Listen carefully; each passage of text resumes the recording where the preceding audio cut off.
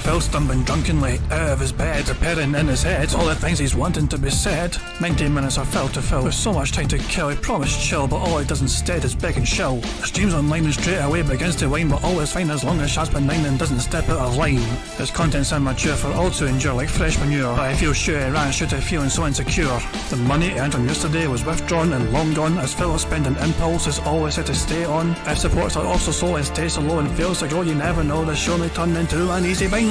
Once kicked off across the board with charge to what because his code can be ignored, just how much DSP makes us feel so bored. To help us fight or sleep and try to keep alert to watch a creep who play bingo, but Phil will bitch and why his sheep are also cheap. While DSP is chasing green, we're seeing green across the screen as Phil's routine predictability rivals are so machinist, snorting, burping, leaning, ban. It matters not if battery fun is shy or scant to see if hours make him feel less of a man. Takes a drink and starts his like before launching into a big pretending there for bills when truth is there to buy a wrestling JPEG. Talks about his shitty life of college cat and fatty life and all his strife while forgetting that it's unwell and they were rife. With drama he will react but isn't act, that is a fact as he rehearsed to be exact in how he felt he was attacked. Teaches nearly over and awareness in sight with what to white despite Phil to light that tips were not light. We'll say alright it is okay and now it's time for Phil to play, but first he'll say that tips will help from being off the other day. And with those words we win again, it's never if but always when the game is won. Thanks to that we made it to the very end.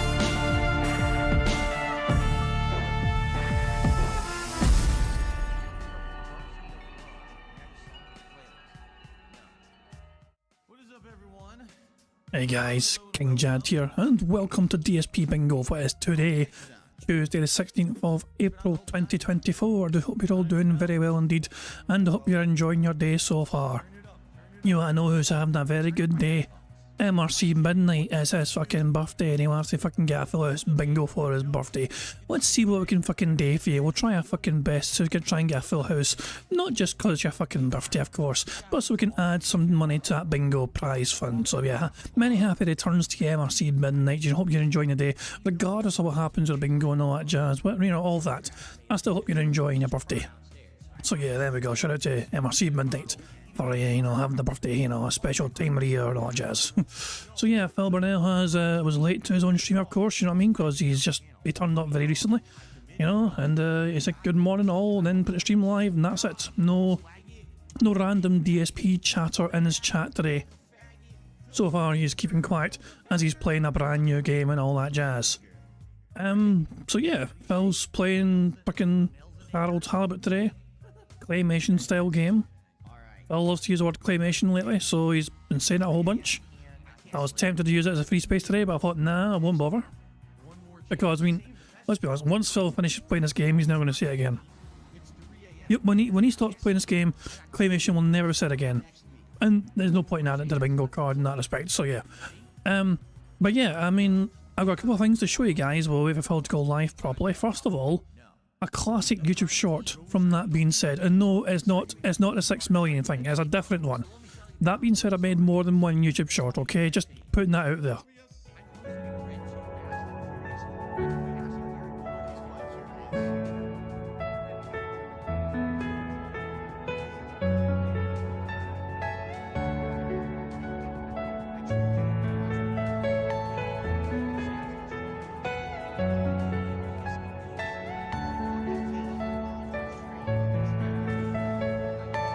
And if you can support the streams today, please do.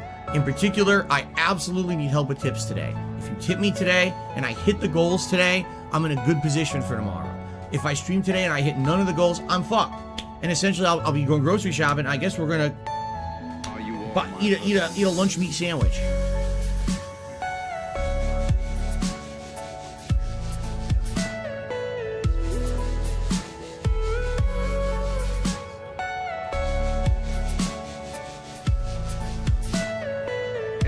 It is one of the more kind of brutal shorts out there, but to be honest, it's perfectly fucking... Is this perfectly reasonable to fucking make fun of Phil for mocking this? Phil's almost forced to eat lunch meat sandwiches, guys. What's wrong with that? Phil's like mocking the idea of having like lunch meat sandwiches. That's what I fucking have for my lunch at work. I make sandwiches up, I put some chicken on there, I put some ham on there, I put some plentiful amounts of cheese on there. It's a fucking robust sandwich and it fills me up very nicely indeed and gets me through the fucking day. There's absolutely nothing wrong with fucking lunch meat sandwiches, but Phil fucking looks down on it because I guess he thinks he's better than fucking lunch meat sandwiches or whatever. Yeah, bizarre. Anyway, I thought I would show you guys some parts of this video as well. Dirge Gaming. Some people will be aware of who Dirge Gaming is. If you're not aware of who he is, let me briefly introduce you. He covers Phil's fighting game content by showing Phil's inputs and explaining where Phil goes wrong. When Phil tries to explain he did something, he'll show the inputs on screen and explain what Phil actually did. I've got two. I was going to cover him fighting the JP, who teabagged him and fucking pissed him off, and him fighting the Ken not long afterwards. And I was going to show you those two fights, just a wee teaser, you know what I mean, a wee taster, you know what I mean, just to show you kind of what it's like and what Dirge Gaming does, you know what I mean. But he does the very good breakdowns of Phil's fighting game content. He knows what he's talking about. He's a fighting game player himself, and yeah, Phil, he basically just picks holes through Phil's fucking narrative. Phil claims he done this thing and that thing, and clearly the game doesn't recognise he did that thing and instead does other things.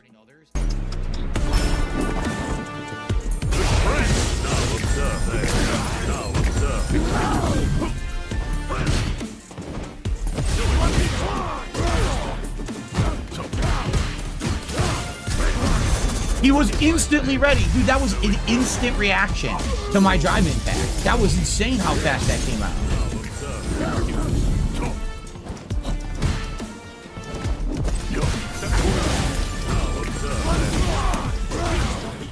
By the way, Phil wins the first round.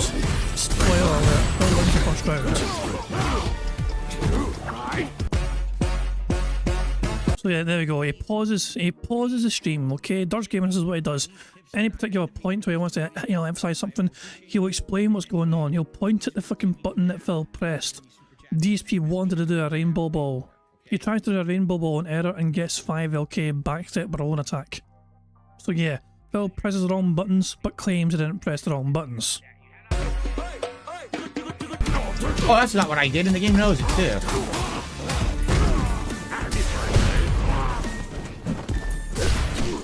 If my low medium kick would come out, it would actually work. It hasn't come out yet.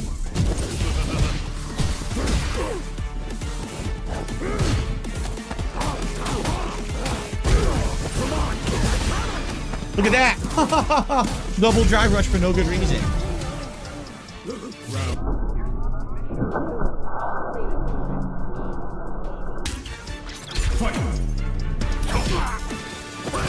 Oh, I was a little too early.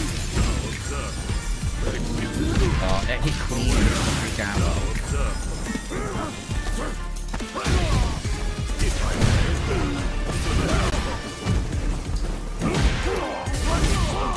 I'll take this ginormous damage, thanks.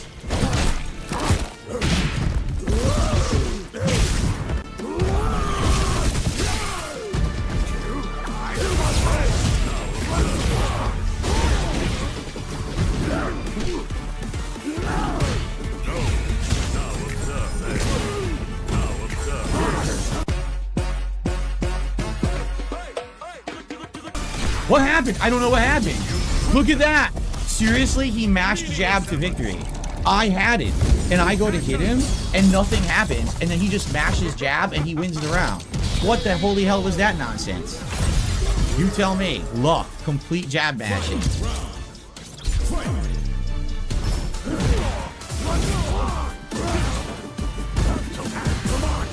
Matt jab mashing again.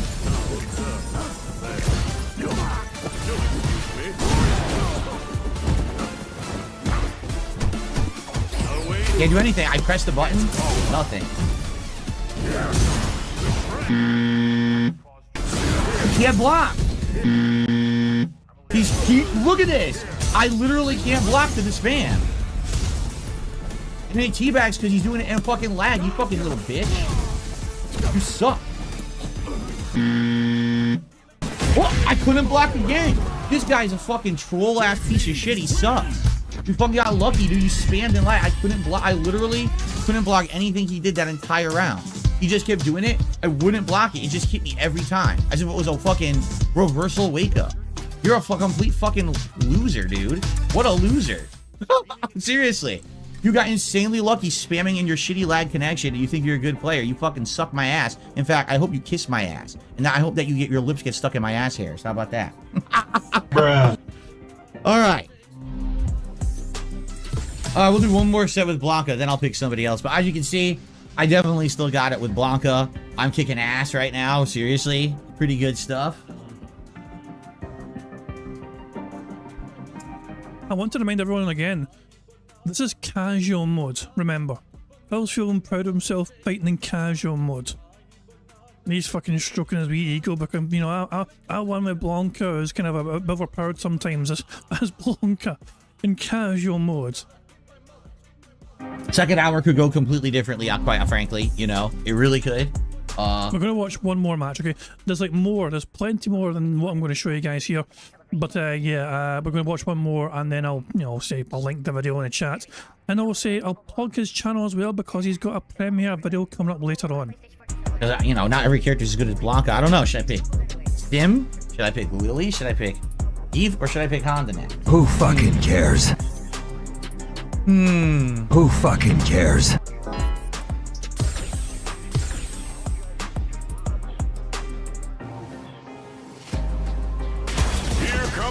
And our first 10 in my return to Street Fighter 6. He got minorly nerfed. He doesn't have the throw loop in the corner anymore. It's the same fucking guy as the Ryu, by the way. The same player.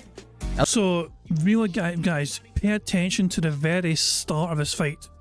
This is the fight where Phil stops playing after the very first hit. So pay attention to, because it's going to stop and pause pretty much after the first hit. And you'll want to kind of read what Phil is doing. At least he's picking 10.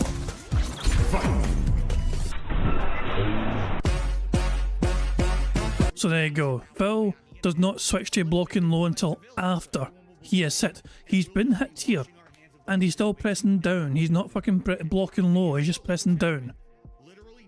So Phil was pressing the wrong fucking thing.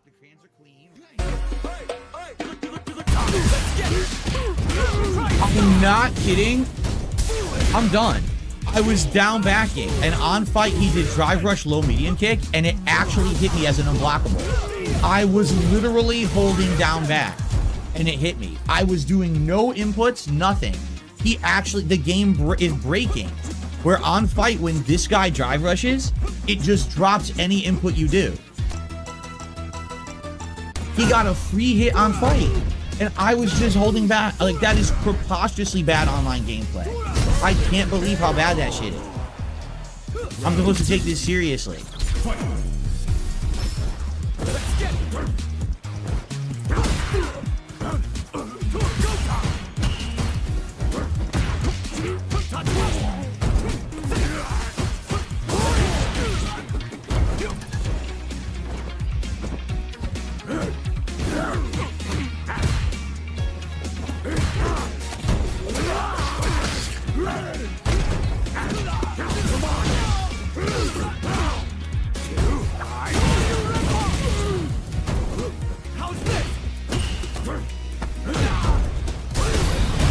Level 3 now, off of one standing drive impact.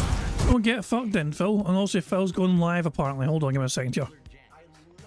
What intro did he use today? Oh, he used the tunnels. He used the fucking tunnel intro. But I assume he didn't actually have a proper intro. Like was it just like going straight into like the... Why is he speaking in his chat now if he's going live? Like, if he's going live, why is he typing in his chat? I'm very confused. Why is Phil typing in his chat while he's live? So, what's going on? So we got that happening, and we've got his long ass intro going, and then it's just him typing in his chat. I thought, okay, maybe he's typing in his chat while the intro's still playing. That could be it. Jesus fucking Christ, man. Okay, Phil's going live. That's all you fucking, you know, and we're gonna make sure we have plenty of speed up juice. Okay. Well, I say plenty, we're going to be starting soon, but yeah. Phil felt compelled to type in the chat while his intro's going to say that Todd Howard is an idiot. He says whatever he wants and it's meaningless. It can't be canon when it changes things like how ghouls stay alive. He felt compelled to type that in his chat right before going properly live. Let's go back to watching Phil get his arse kicked in Street Fighter. What? That whip? It's insane. I did EX out of the corner aerial Blanca ball. It passed through Ken's body even though he was standing directly next to me. and then he gets a free mix-up into level 3. What a piece of shit game, man. Seriously. This game is a piece of dog duty when it comes to these overpowered top tiers. That doesn't even make sense.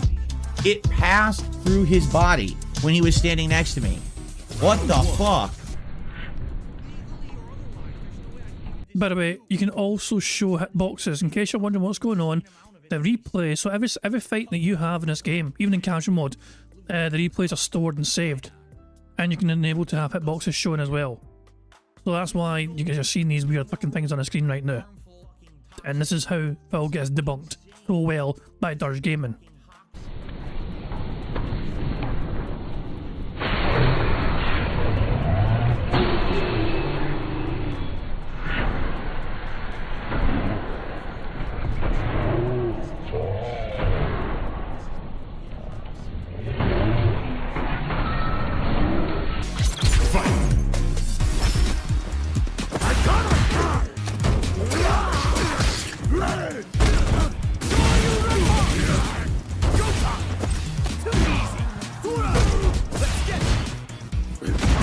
Here we go. Just keep drive rushing, and every drive rush input will beat everything I did. And then he's standing next to me in the corner, up ball reversal whips. There's no point even playing. Really, there's not. There's no point in fucking playing this bullshit. This fucking character is so brokenly dumb. Dude, you have no skill. You literally have no skill in this fucking game. It's all on your character selection.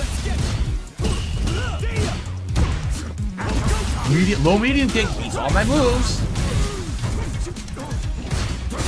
Just keep bashing.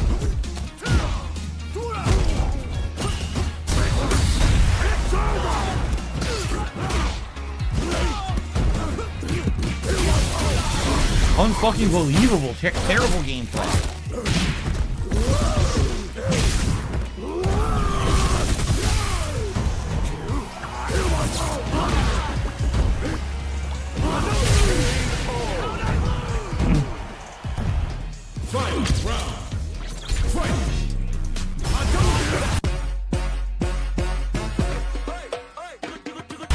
Oh, what is going on?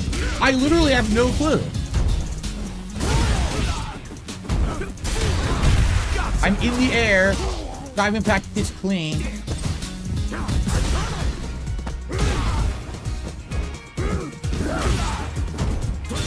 Random level 3. Random wake up level 3 out of the corner. Again, who would expect that? Insanely unsafe.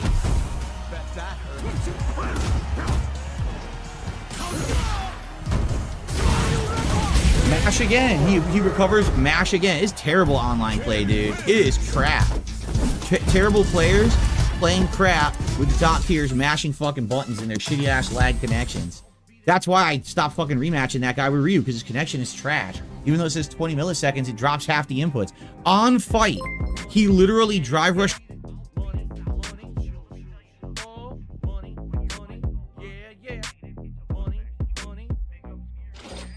Parallelogram Yosef tipped £1. About time the stream gets interesting. I had to get more radiator fluid to drink to listen to you. Also, I heard a little birdie tell me that racism is allowed in the chat. Finally, you have become a decent streamer. What the fuck? What? What? Hold on. First of all, thank you for the tip, Parallelogram Yosef. Second of all, no, and no some more. No, racism is not a chat. What the fuck? Who the hell said that? I hope you're doing well, Yosef, but fucking no. Absolutely no. You enjoy your radiator fluid, you fucking weirdo. Jesus, man. Fuck me. Okay. Phil crying, bitching and whining and moaning about Street Fighter fucking stuff, fantastic stuff. That's a wee part of the video. If you want to watch the rest of the video, the link to it is in the chat, okay? There we go. And to plug Dirge Gaming some more, he has a premiere stream coming up later on. Here it is here. So this is premiering in 5 hours time. Yeah, about 5 hours time. He's gonna have his new video premiere. So there you go.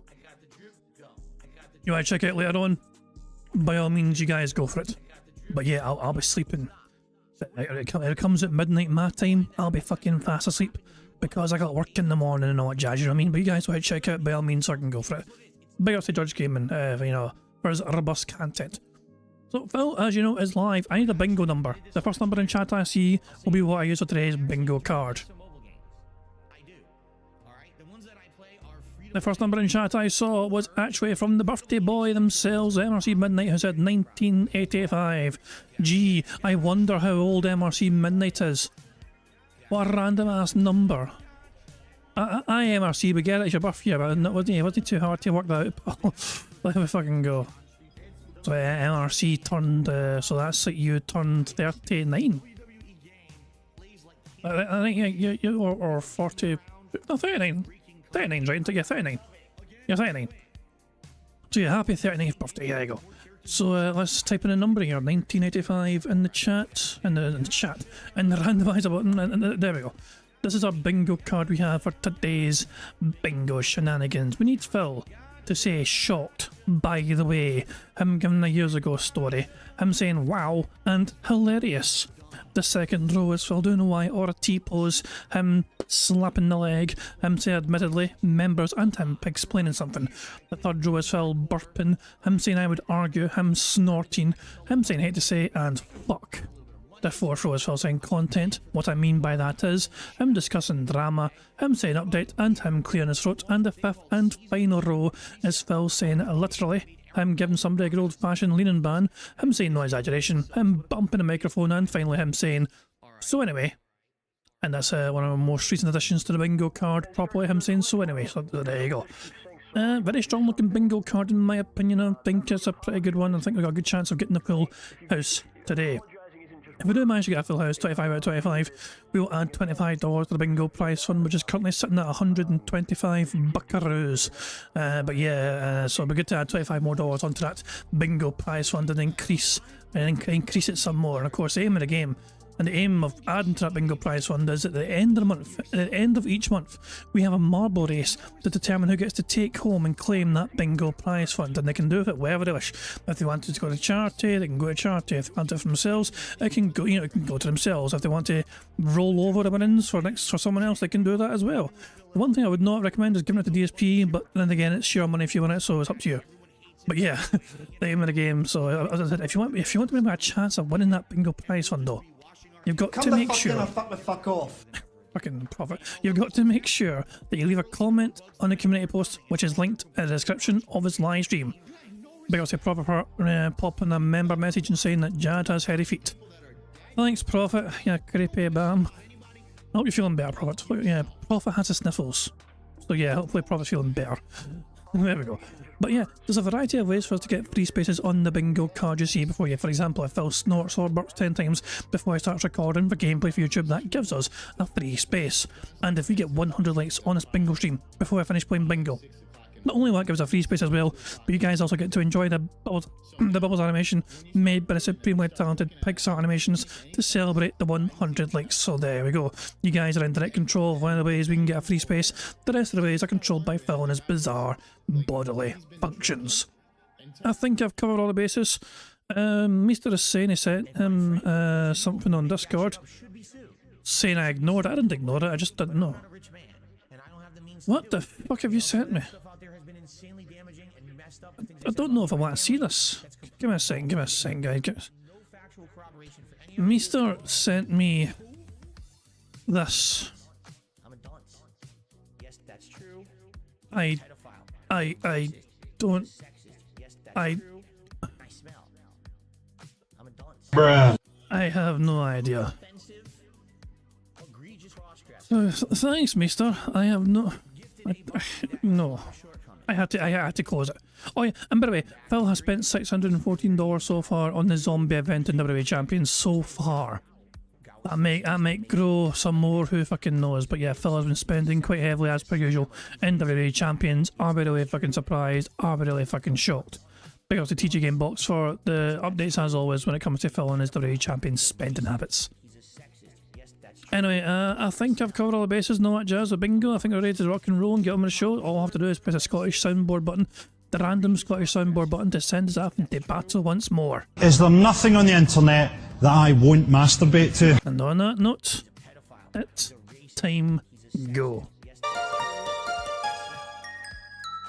Good morning, everyone, and welcome to the show. It's the Level 1 Podcast. I'm DSP, broadcasting to you live from lovely Washington State here this morning. It is Tuesday, the 16th of April, 2024. It is a new release day. Oddly enough, a Tuesday. What? Yeah, remember when video games used to come out on Tuesday? Like all the time? Like every single one? It's been a long time since then, but today we actually have a new one. So it'll be interesting because it is a completely unique game with a little bit of a backstory. And I certainly can't wait to see it. But in addition to that, it's also a lovely streaming day. Nice, cool weather outside. Jasper Kitty is in the office booping. Of course, now he talks about the weather. Now he mentions the weather. We were waiting for him to fucking mention the weather at once yesterday. He wouldn't do it. But here within the first minute, weather. For whatever reason, Phil is almost always guaranteed these days to talk about the weather. But for whatever reason yesterday, no weather talk, even though it was on the bingo board. If he had said anything about the weather, I would have been a full house yesterday. My wires around on the floor. And I'm bringing back some of the borders that we used to have for this podcast last year for variety's sake. Figure, hey, we got a bunch of Street Fighter ones. We now have some new Fallout ones. Why not have some variety on the show? So, I welcome you all here to the podcast. I hope you're all in a good mood. Today's show, we'll cover a few different topics. I'd like to do a little bit of a bookend, since I've now finished Alone in the Dark and give you my final thoughts on the game. I have a new idea for something I want to do tomorrow night in regards to the Fallout TV show review. I think it's something interesting that I came up with. I talked about it last night on the Daily Wrap, but obviously I'd like to have this discussion with a live audience and see what you guys think. In addition, a little bit of game news today. So a little bit of variety of stuff today. I'm excited to hang out with you guys for the podcast. And of course, then right after the podcast, a brand new game that we're going to be diving into for the first time to see if it's something that we're interested in possibly covering further. So, welcome to the show. If you're not in a good mood, hopefully we'll change that today. A little bit of chill vibes and discussion. So here we go. So first off, great streaming week so far. I think we've had a good variety of stuff this week. I'm having a great time. Happy to be here for all the streams, by the way, because as you know, last couple of months I've had mostly interrupted streaming weeks where I'd miss a stream or two for various reasons. And this week I'm actually here all week long without interruption, which is great. Who fucking cares? So thank you all for being here live. And for those who continue to watch this show on demand, I appreciate you. Let's talk a little bit. On demand. He also says on demand. The one other thing we're waiting for yesterday. I mean, I know Phil doesn't pay attention to bingo, but days like this makes me feel like he is actually fucking messing with us. Like, there's no fucking way Phil is like aware of the bingo existence, you know what I mean? And the card and where and what to avoid saying. But he is making me paranoid today. Because that's two of the fucking like 3 or 4 things that were left on the card yesterday that were waiting for him to fucking say. That he said immediately. About yesterday. All right, very quickly. It won't be a giant discussion or anything. But yesterday, Monday, we got back to full-time gaming after my weekly React Day on Sunday. And we jumped back into Helldivers 2, which is now continuing. I think this was like maybe my 4th session of the game or something like that. Maybe 5th. I'm not sure. But in Helldivers 2, I am making smooth and constant progress, which is always a good thing. I'm getting better at the game. I'm unlocking better stratagems. I'm learning exactly, how to utilize them and how to help out my party in the best way. Okay, guys, please explain to me very quickly. Phil is saying stratagem. Is that something in the game Helldivers? Or is he just trying to fucking make himself sound fancy by not saying strategies? Like, is a stratagem a part of the fucking game of Helldivers? Or is it just fucking being weird? Oh, so as a part of the game, okay. For a second I thought Phil was trying to fucking sound smarter than fucking usual by fucking saying stratagem. You know what I mean? So I wasn't sure. I wanted to make clean, it just make sense of it all, because Phil is known to try and fucking make up random fucking big words or whatever and think he's using them properly, you know what I mean? God, it's like you just use words you hear randomly to try and sound smarter. So yeah, I thought it was one of those situations, but if it's part of the game, then fair enough. I haven't played the game, so I didn't know. It's a slow process for a couple reasons. Number one, I'm only playing the game a couple times a week, so you don't really have time to sit there and just focus on it every day. It's a little bit of a learning curve. And then on top of that, I don't usually play these team-based games, so, I always forget about things like, oh yeah, there's a map that I could be using to figure out where to go. Yeah, it's kind of useful. I literally just learned yesterday that when you die, there's icons on the map for where you dropped, like, your stratagem weapons. I was like, oh, so I could just run right back there and get the big gun, the autocannon that I dropped? Like, yeah, it's on the map. Oh, I didn't know that, and I've been playing this for, probably about a dozen hours now or something like that, and I didn't even know that, right? So, It's slow progress, but it is progress. The good news is, after yesterday's stream, I hit level 15. And at level 15, you unlock a bunch of good stuff. For example, I got the orbital laser, which apparently is super good. I got the 500 kilogram bomb. Is it kilogram? I don't even know what it is. 500 something bomb. That's an eagle strike. And then I also got a force field you can put down to protect your whole team when you're trying to hold out and survive for an objective. So I bought a whole bunch of new stuff, and I'm like, oh, don't have time to try it. But it was a good stream regardless. Every stream, you know, sometimes we have a little bit of technical issues. I get kicked from a lobby or a dumb troll. But usually it's not a big deal. And now I learned how to ban people. I say ban people. What I mean is block people, so that you don't get them in your matches, you know, moving forward. So once someone acts like a jackass, trolling DSP, you block them and you never have to see them ever again. System seems to be working pretty smoothly in that regard, so that's a good thing.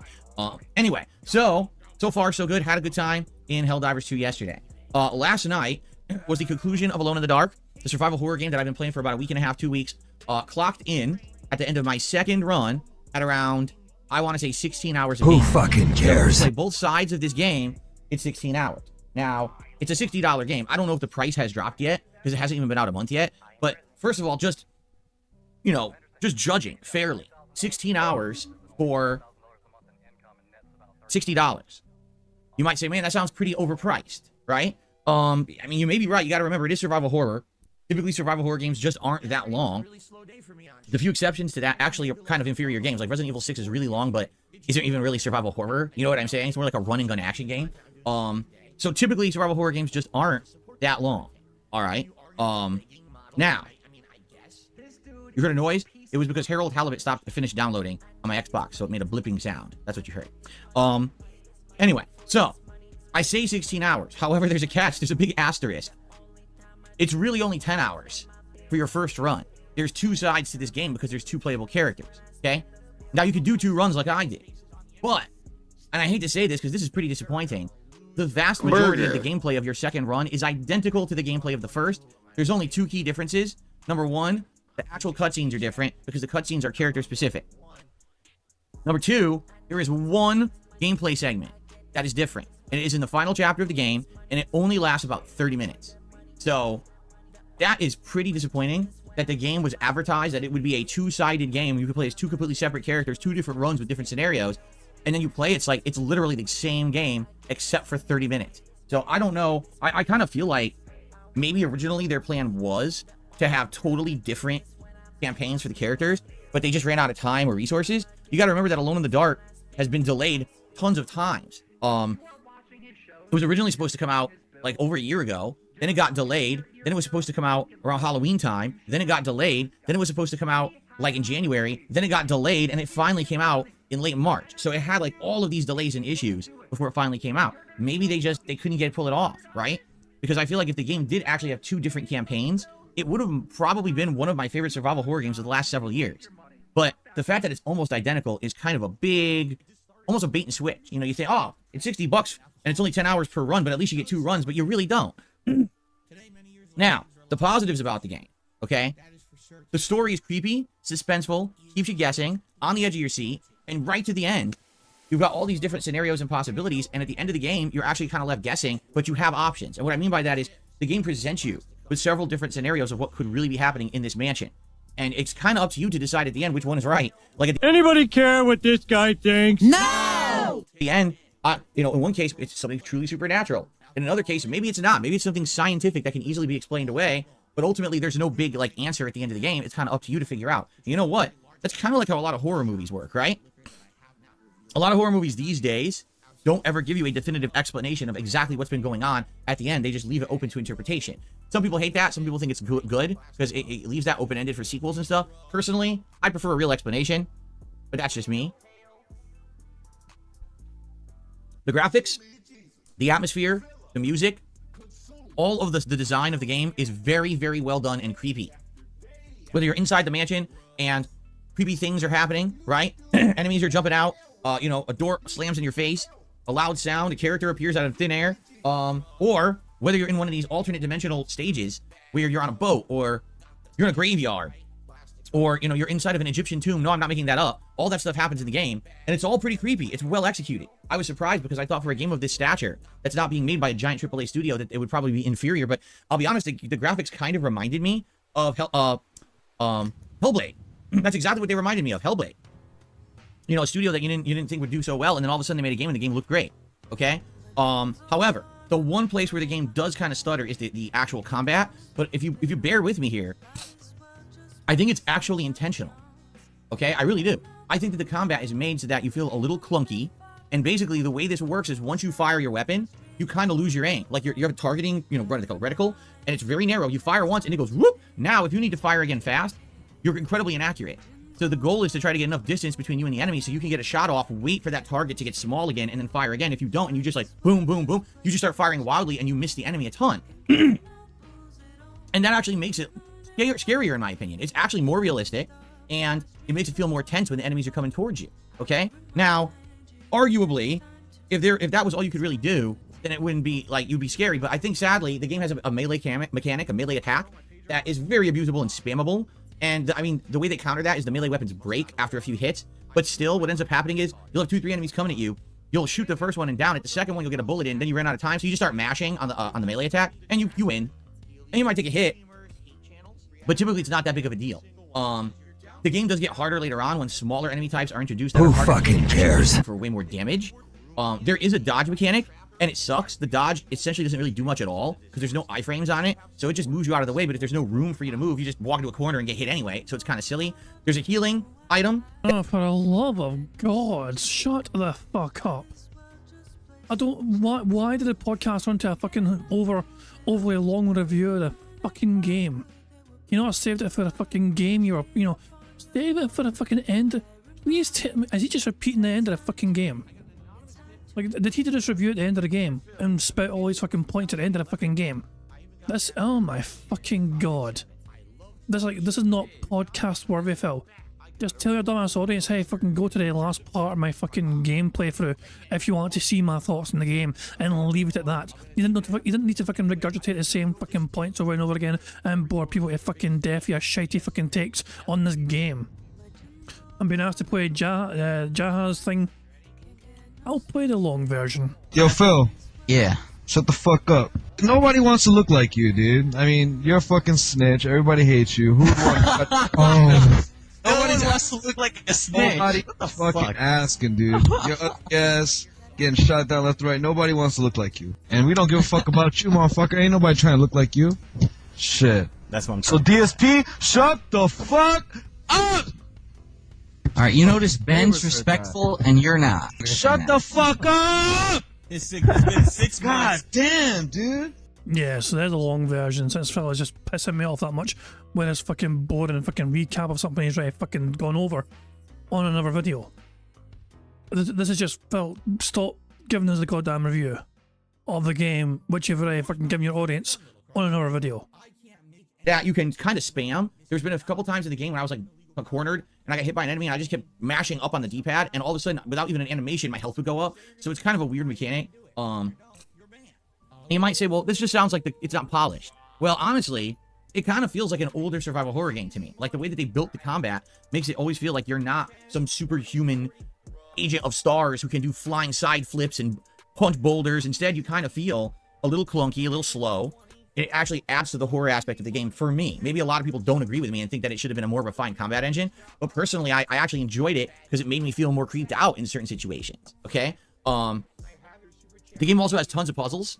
And the puzzles range from insanely simplistic to a little bit tricky. I think that the hardest puzzle in the game for me... So you're in a basement in front of an X-ray projector screen. You know how you have those backlit screens, and if you're looking at an X-ray that's translucent, you put it up to the screen and it shines the light through. So you need to take 5 different X-rays, okay, and position them on a board, a light board, to see the brain. But each X-ray is only a piece of the brain. Well, guess what? 2 of them don't work. 2 of them are different size and don't fit, but you don't know that, and the game doesn't tell you. So you sit here trying to fit 5 X-rays together, and you're not supposed to. You're only supposed to fit 3 of them, but you don't know that. So... It's just like, oh, come on. I took, like, no exaggeration, it was like 20 minutes to figure out this one puzzle, and I looked like a jackass on stream because I didn't know that you're only supposed to use 3, and I'm trying to fit all 5. I'm like, how the hell does this work? I look so dumb. But some of the puzzles are kind of ingenious, so it's kind of like a mix, I would say. I didn't have an issue. Game reviewers seemed to think that the puzzles were bad. They were like, oh, I hate these puzzles. I'm like, maybe you just don't do a lot of puzzles. You know what I'm saying? Like, in the modern day, a lot of games don't have very interesting puzzles anymore. So maybe because the dumbing down of the gaming universe has happened, you're just not used to doing puzzles that need intelligent thought, and that's why you didn't like them. Personally, I didn't have issue with them. Well, although... Are you fucking kidding me on? The guy who hates puzzle fucking mechanics in games and turns to his chat to fucking solve it for him is mocking anyone else that struggles with puzzle games. I feel like tapping out. I feel like goddamn tapping out already. This dumb motherfucker who fucking can't do a single thing, can't even wipe his own arse with fucking stream chat to help him. And he's fucking mocking people that fucking complained about the puzzles being fucking too hard or something. A lot of people apparently did, okay? Now, excuse me. All that being said, the total package is good. However, I am disappointed with the fact, again, that the second run is mostly the same as the first. When we beat the game last night, I actually did manage to get a secret ending, which is cool because I didn't know I could. I thought that I was locked out of getting the secret endings because I missed one single collectible. This game has 45 hidden collectibles that you need to find. And when you collect them, you either get hidden lore, sometimes a hidden cutscene, or you get a cat. God, what's up?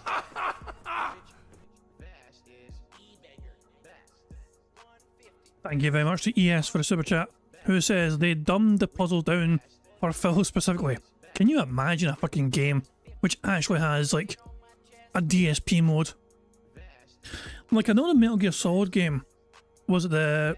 What was the one called where you're fucking on about a desert and all that shit? Was it the fourth game? Was it the fifth game? Whatever. I can't mind what that one was called, that one. But I do know that there's a level... There's something where you can wear a chicken hat in that Metal Gear Solid game. The Phantom Pain, that's the Phantom Pain game. And you wear a chicken hat so that enemies don't kill you. They just point and laugh at you because you're wearing a chicken hat. So if you get caught, they won't shoot you, they'll just laugh at you because you're wearing a chicken hat. Like that's, to me, that's like a DSP level of like gameplay mechanic. So, you know, if Phil keeps getting spotted, give him the chicken hat. Yeah, that's what I think when I think of like a DSP level difficulty in fucking video games. But it's just, fuck me, man. Remember God? He's like, oh, I mean, Steve is pointing out God of War. I always use this as an example. Him playing the game for his audience was literally a fucking example that the game developers used to highlight how they can guide the player into certain areas of the fucking game to discover things and do things. Phil Burnell is very good at being an example. Collect them, you either get hidden lore, sometimes a hidden cutscene, or you get a cat. They actually shipped my cat to your house. Jasper shows up and acts silly. Alright, that doesn't happen. You probably like that though. No, or you can unlock a secret ending. And I did get a secret ending yesterday that I actually thought was funny. It was one of those what if scenario endings that isn't real. For example, remember in Silent Hill, they always had like the alien ending or the dog ending. Well, that's similar to what this ending is. It's just kind of a silly ending to the game that's not meant to be serious. And I got that one. I couldn't get the other two secret endings because I had missed one single collectible in the game, and this game does not allow you to go back and get things you've missed because a lot of the stuff is stuck in these almost like dream state worlds that once you've beaten them, they don't come back. They're not accessible again. So that was annoying. Oh my God! He's so annoying. He's so annoying. Thank you very much to Pet and Sin for the super chat. It says treat yourself to a vacation, meet on me. I still don't know how he does every day, but I love bingo. I don't know how I do it either. I maintain it's like, you know, people like yourself, you know what I mean? Like, I could not do this without fucking, you know, people in chat, put it this way. If I didn't have chat, this would be a lot harder to endure. Someone said we need otters. The motherfuckers are right there. There we go. Otters. Calming, relieving otters. Well, Phil is just pissing me the fuck off today, man. Jesus Christ, more so than usual. I don't know. Oh, fuck me, man. Vacation. I don't know when my next vacation is going to be. Right. I've had a good few vacations in the last few years, whatever, but right now we're saving up for a home. We're saving up for a house. What's up? Thank you very much to White Nervosa. Sorry if I butchered your name, but thank you very much to White Nervosa for the super chat. It says, appreciate the content. I appreciate the contribution. Thank you very much. Very kind of you. Remember, yeah, no vacations for me for a while. Any money we're going to put towards trying to kind of get a deposit to get our own proper wee home. But yeah, maybe once we get that sorted, we can go on a vacation. I do love going on these wee holidays. I've been able to go to Greece, and I'll be able to go to Spain with my good lady. You know what I mean? What did we do last year? Last year it was where was it? Where did we go last year? I can't even fucking mind where we went last year. It's fucking gone up my head, fuck me. But yeah, I mean, I managed to see plenty of beautiful places around the world, my good lady, you know what I mean, and it'll happen again in the near future. But yeah, until then, all the spare money is going towards deposit. So yeah, but good start on the bingo card so far. A lot of things ticked off already. This is one of the bingo background image is a Nerd Brew special. This is one of Nerd Brew submissions. I think this is before he started trying to make DSP smile in every single picture. But even that being said, fellas, can't smile in a fucking bingo style picture. Annoying, because I was hoping to get everything in the game and I couldn't. Okay, I could have, again, if I did a third run of the game, I could have went back and got the item I missed. But it's like, how many times am I going to play through the same game, right? Ultimately, Alone in the Dark is a good survival horror romp. If you like survival horror and you like some of the old-timey survival horror games and you're okay with combat that's a little clunky, it's really the plot that carries the game and the atmosphere. But don't look for the best survival horror game ever in it. It's not. Nor does it stand up to, say, the great games recently, such as Resident Evil 8 or Resident Evil 4 Remake. But it's still quite good. I'm happy that I played it. You know, a lot of people are saying, is it worth $60? I mean, honestly, no. It doesn't feel like it has enough content to be worth $60. Maybe wait for it to go on sale if you're interested in it, and then snag it, because I think a lot of people, sadly, are going to not play this game ever because the critics panned it. Some of the critics give it like a 5 out of 10 and stuff. It's like, this is not a 5 out of 10 game by any means. Does it have a few game bugs? Yeah, and you can get out of them. They're not game breaking. Sorry, Phil, to me the game sounds like it's one of those games you fucking rent. Okay? It's like, it doesn't sound like a game like fucking, like, you play it once or twice and that's you, done. It feels like. It doesn't feel like it's a game that's worth spending that much money on, and then you're done with it after 2 playthroughs. So yeah, I think those scores are merited, Phil. Some of the puzzles can be a little annoying, but they're solvable if you use your brain. So modern, journalists, they just slam a game if it's... Oh, fuck you and you're fucking ridiculous. Fuck off. I'm counting as a drama. Burger. Him intentionally trying to fucking take shots at fucking journalists for not being able to solve things when he fucking turns to stream chat every fucking 2 minutes because something happened in the game and he fucking doesn't know what to do next. I'd fuck off and just move the fuck on, Phil. It's not a giant AAA studio, and if it's not ultra super polished looking, probably they hated the combat. I almost guarantee you that's what they hated the most. It's not that bad. That's all I have to say. It's a decent game. It's not that bad, and give it a look if you like survival horror, but I wouldn't pay $60 for it. There you go. And of course, by all means, check out my playthrough, both sides. It's all in one playlist here on the channel. Okay. Who fucking cares? So that was yesterday. Let's now talk about what's coming up for the rest of the week, shall we? Because I have an interesting idea to discuss with you guys this morning. But before we get to that, today we're trying a new game called Harold Halibut. Yes, Harold Halibut. His last name is basically a fish. You might say, well, what is this game? Good question. Many of you may not realize this. Harold Halibut has been in development for 14 years. Yes, they started making this game back in 2010. They started raising funds and tried to crowdfund it. It is claymation style, meaning all of the animations and things in the game are claymation. Apparently, they made a giant model of this ship that the game takes place on and did painstaking animation to make the game. Now, what exactly is the game? From what I read in the description, all right, just listen to this, because let me actually go to, let's see, where's the games page? Game card. Harold Halibut is a handmade narrative game about friendship and life on a city-sized spaceship submerged in an alien ocean. Join Harold as he explores a vibrant retro future world in his quest to find the true meaning of home. Huh? Exactly. Even just reading the description, I have no idea what this game is. Even looking at the screenshots of it, I still have no idea what this game is. Is it going to be like a point-and-click adventure like the old Secret of Monkey Island games? Is it going to be like a Telltale game? Like, what is it? I have no clue. I still don't know. So, we're going to find out together today. It is a Game Pass game, so if you have Game Pass, you can get it without any additional cost. And that's why I'm excited to try it out. You guys recently have said to me, we really wish you would try more games. Instead of only playing the giant AAA games, there's so many games out there now. Why not try a bigger variety?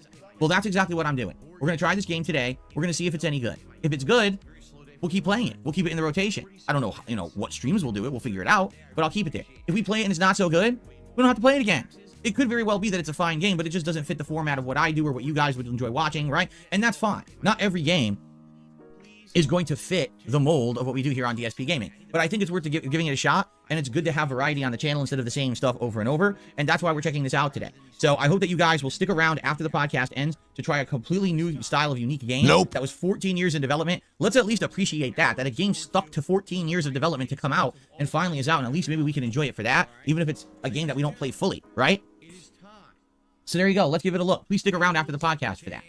Tonight's late stream at 6:45 p.m. Pacific time is Street Fighter 6, and that's actually one of the reasons why I brought back the Street Fighter border from last year. And we'll be playing with a certain Brazilian beastie boy by the name of Blanca. I even have my Brazilian tropical shirt on today in honor of the return of Blanca. We're actually doing a whole late night stream today. Not switching characters tonight. It's just going to be Blanca all night long.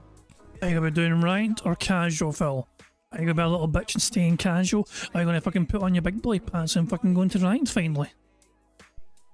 I cannot wait to give him a shot, for sure. I want to get back into the swing of things with the character. I feel like he was my best, or tied with Dalsim to be my best character, and I want to get practicing, basically. I really want to jump in and get down to learning more strategy. He's going to be fucking doing casual. What a fucking bitch. Wow, Phil, when nothing's on the line whatsoever, there's nothing worth... Win or lose, nothing of value was really gained in terms of, like, repercussions in the game. Well, Phil, you're gonna fucking bore people to fucking death playing 2 hours of fucking casual mode where people fucking teabag you and piss you off because they're being unprofessional in casual mode. Strategies and or, getting back into the swing of things. I didn't get a chance to watch any gameplay last night. I literally was going to watch gameplay and I fell asleep. In bed, I was like, okay, I'm gonna watch some Blanca videos before I go to sleep. Becoming old, and this is what happens when you get old. You get tired, you fall asleep.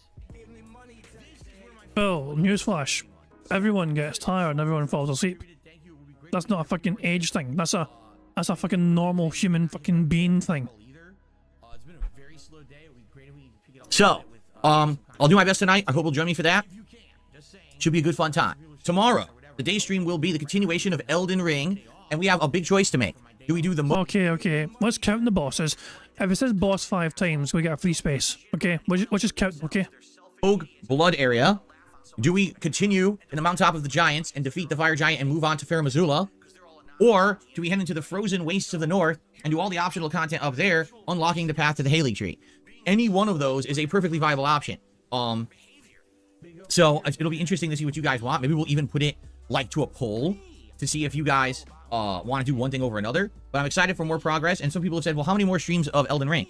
If we do everything, like if we do Haley Tree and everything, we're probably talking another 5 to 10 streams. Seriously, like Haley Tree alone, I see taking at least 2 streams, if not 3, okay? And then if you count the Moog Blood Palace stuff, which is tough, and the rest of Fair Missoula, that's at least another 2-3 streams there, at least, and then we got to do the rest of the Frozen Waste and everything. So yeah, we've still got a ways to go. This endgame stuff takes a while, and it's challenging. It's interesting to see how I can tackle it with my magic build, okay? So that continues on. So here, damn it, not one single fucking was said. Here's the big thing I want to present to all of you. I talked about it on last night's Daily Wrap.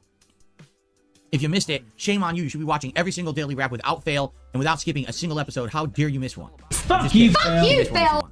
But anyway, last night I came up with an idea, and here's the idea. So I just finished watching the Fallout TV series with my wife. We really liked it, and you guys asked me to review it. And I said, sure, I would review it for my DSP Reacts channel. Why not, right? Cool. And I was thinking about it in my head. I was like, this is an 8-episode series. Each episode's an hour long. I have a good amount of stuff I want to talk about. Likely, this review is going to take a while. It's not going to be like a 5-minute review. This could take like 30, 40 minutes for me to review an 8-hour series, right? And what's your fucking point? And I was thinking, first of all, that's going to be tough to cram in after doing other streams, right? It would be like, I got to cram in another 40. Sounds like a you problem. That doesn't sound like a fucking pure problem. That sounds like a Phil Burnell problem, not managing his fucking schedule appropriately. How about you fucking wake up earlier one time, like wake up at fucking 9:30 in the fucking morning and do a fucking little video, a recorded video, live reviewing it before your day stream. Yeah, wake up at the ungodly hour, Phil, of 9:30 AM. Okay, and then fucking do a little 30-40 minute video recorded before your live stream. And then start your shitey podcast. Fresh off making the fucking review. 45 minutes of recording and uploading on top of my usual work schedule. On top of that, because I like the show so much, and because I know you guys like Fallout just like me, I would want to have like a discussion about the show. Oh, he's going to fucking do it as a fucking stream, isn't he? He's such a lazy fucking cunt. I've got an idea. Rather than fucking make a separate video and eat into my precious WWE Champions time, I mean spending quality time with my mom and wife time, how about I just do a stream of it and cancel one of the night streams and change it for this? He's going to do an actual live stream review, it looks like. He's going to do a live stream review of Fallout TV series. Oh my god, he's such a lazy prick. And I was thinking, but I can't do that on this podcast. Why? Because of spoilers. There's going to be a lot of people who probably have not seen the Fallout show, correct? How am I going to have a discussion with you guys about the show if it would spoil for half the people who didn't see it? It wouldn't make sense. And I don't want to have people have to skip the podcast just simply because I'm talking about the Fallout show on that podcast, right? So, here's the deal. Tomorrow night, on my late stream, 6:45 p.m. Pacific time, I will not be here on DSP Gaming. My final stream of the week will be over on the DSP Reacts channel. That's youtube.com/@DSP Reacts. So just to forewarn all of you. Oh, for God's sake. Oh my God! What's up? Thank you, Archie Barrett Wells, for the super chat who says he didn't take notes. Oh, god damn. He's going to rely on the audience to remind him of stuff from the show. He's probably looking at his phone half the time, yet it wouldn't surprise me in the least. Oh my god, thank God. Thank the good Lord above. But I am asleep for his night streams, I don't have to worry about him. And I'll just catch like some highlights or something. Jesus Christ. Phil, here's a great idea. How about you drag your fat ass wife along and she can fucking review it with you? You both watched it together after all. You're both so engrossed in the show and you both loved watching it. How about you fucking drag her fat ass along and she can fucking also review it with you, and you can bounce off ideas off one another. You know what I mean? There's, hey, do you remember this scene? Do you remember that scene? What about the part in this show and the part of that show? There's a $1,000 idea for you, Phil. You would get great support if you went and dragged her big beefy ass on the stream for that fucking shit, and you can talk about the fucking Fallout show together. If you're interested in attending this Fallout stream, subscribe to the channel now. Why? Because you need to be subscribed for 24 hours to talk on that channel. I don't want you to show up to the stream to hang out and interact and, oh, I can't talk, I forgot to subscribe. Okay? So subscribe to DSP Reacts now if you want to talk with me on tomorrow night's stream. It's going to be the Fallout TV live interactive review show. So I will talk about my thoughts about the show for roughly a half an hour, 45 minutes. All right? I'll tell you what I liked, what I didn't like, lore changes, and things to the universe now of Fallout. Because what's hilarious, and this is so funny. Hilarious. It's hilarious apparently. Burger. Todd Howard in November was interviewed, and he said the Fallout TV show will be canon to the game show, or to the games. Immediately as it starts, it's not canon. Or it's changing all of the lore. So it's like, so either it's canon or it's not. If it is, you're literally changing the entire world you already built in the games. So what is it? Right? I like to think Todd Howard's an idiot, because he is. He literally just talks out of his asshole constantly just to get people excited about stuff. Remind you of anyone? He lies constantly. He really is. He's known to being an infamous liar. I don't remind you of anyone again. Think the show is canon to the games at all. I think it's its own universe. It's similar to the games, and it has some characters that cross over and stuff, but I don't think it's the game universe. I want to say it's like its own cinematic style universe, right? Much like how Marvel has their cinematic universe and their comic book universe, and they're separate but kind of the same, right?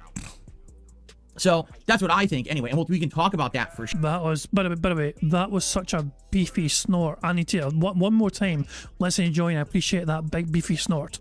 Kind of the same, right? So that's what I think anyway, and we can talk about that for sure. It doesn't make sense how it could be canon and then immediately changes everything. So we'll talk about that tomorrow. But anyway, people are freaking out about this. So I think this could be a great discussion that we can have tomorrow night on the stream. You know, what's better, the game universe, the TV universe? Do you like the changes that were made in the show? Do you not like the changes that were made in the show? Which would you prefer? Is there actually a way to rectify the fact that there's changes, or do you think that they just messed it up so bad you can't? You know what I'm saying? Fuck you, Phil. Fuck you, Phil. I guess we will, we'll see. But anyway, I feel like the stream is better interactive, right? Because at least I can tell my thoughts on the show, and then what I'd like to do since people will be live, we'll have conversation. We'll go back and forth and talk about the elements of the show. I'm sure there'll be contributions to shout out and answer those questions and things like that. I am sure there'll be contributions. He's not even fucking trying to fucking pretend and mask why he's fucking doing it as a stream rather than a fucking separate fucking video. I am sure there'll be contributions to ask. Don't even say questions. Contributions.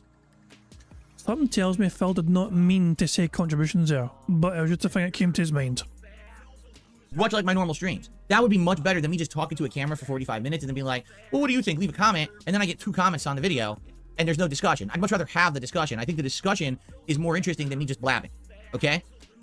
So that's why I would like to hang out with you guys. But this means if you're going to attend that stream tomorrow night, you have to be okay with spoilers. Yes, that stream will literally be spoiler filled. We're basically going to talk about the plot of the entire show, the growth of the characters over the show, stuff like that. So you absolutely have to have watched the show, or at least be okay with completely being spoiled about the show to attend the stream. Okay? And then the good thing is, because we've done it that way, we don't have to talk about the show further on this podcast, and it won't get spoiled for anyone who still hasn't seen it yet. But then those who see it can go watch that after the fact as an on-demand video and still enjoy the review. See, I think this works perfectly. It's genius. I don't know why I never thought of this before. It's pretty stupid that I haven't. I don't know why I've never thought of an interactive discussion review of something rather than me just doing a review talking to the camera. I'm just like scratching my head. How did I not figure this out? He just referred to himself as genius. I need otters. I need otters. Just give me a wee second here. Just give me a second. He referred to himself as a genius by taking an idea that required effort and time management and bastardizing it into what he usually does and just doing it as a live stream. He thinks it's genius. He's going, so his live review of this show, which he has no notes for and he isn't prepared to fucking do, is going to have constant interruptions from his chat, random contributions. Yeah, basically the whole money is a whole incentive for Phil doing this shit. And according to Mep or someone else made a suggestion, but he's taking full credit. What a classic DSP move to fucking pull. That's just a classic DSP move right there. It's like he's fucking playing a video game and he's stuck and doesn't know what to fucking do, so his eyes glance towards stream chat. Oh, look at that, the Socians in the stream chat. Well, Phil acknowledge the Socian. No, he'll just pretend he didn't see the Socian in stream chat and go back to the game and all of a sudden do that thing and then praise himself for being so clever that he figured it out himself. Thank you for not spoiling me, stream chat. Classic DSP maneuver. Ah, goddamn. Evercat's wondering how's the bingo been lately. It's been not bad. I mean, this month we've won bingo 6 times. We're at 125 buckaroos and bingo prize fund. That's been 6. Wait. 5. 6 fucking 25 times fucking 6. Behave yourself. 25 times 5. We've won bingo 5 times. Yeah, I'm great at fucking math. I'm brilliant at fucking math. We've won bingo 5 times so far this month. So yeah. Hopefully we win a 6th time today. We're doing quite well. We have 2 free spaces already, thanks to Phil snorting up a storm. 2 free spaces right off the bat because Phil is snorting like the little piggy that he is. We're 6 burps away from another free space, 100 likes, free space as well, and yeah, hopefully those will carry us through to a full house today. Let's just go 1.5 speed and get on with the show. But yeah, it's fucking hell. Let's return to the fucking genius as he fucking praises himself for stealing someone else's idea. I don't know, but hey, it's 2024, things are changing, right? So maybe this could be the idea for new content on DSP Reacts. When there's a show or a big game or something worth reviewing and having a discussion about, we can do it live together. Right?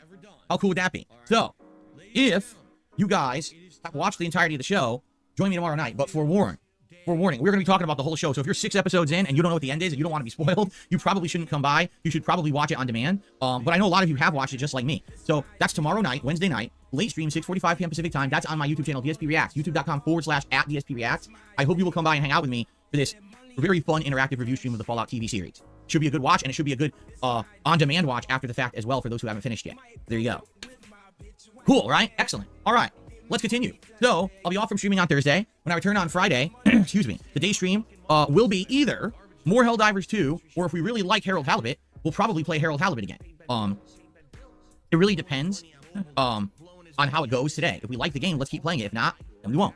Friday night will be Friday Night Fights, which means more Street Fighter 6. What that will be, I'm not sure yet. Maybe I want to do more Blanca. Maybe I want to actually go to rank. I don't know. Let's leave it open. Let's figure it out together on Friday night. And then Saturday, basically, will either be Elden Ring, or Helldivers, or Harold Halibut, one of those three. And Saturday night will be the premiere of the co-op of myself and my wife playing Beyond Two Souls. This week, we're hoping that nothing else happens, no extenuating circumstances. My wife will be used to her new work schedule. We're actually not going out on our day off this week, so we'll be able to get caught up on all the things, errands, and chores we need to do. We should be perfectly aligned to do it this week. I hope.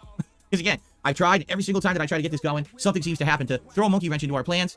And to me, that cash tells me that she doesn't really want to fucking do it. Phil, if something keeps happening with Kat and her own like desire and schedule where to not have to fucking go through this, she is sending you massive hints here about her desire to not fucking do this shit, and you're not picking up on these hints.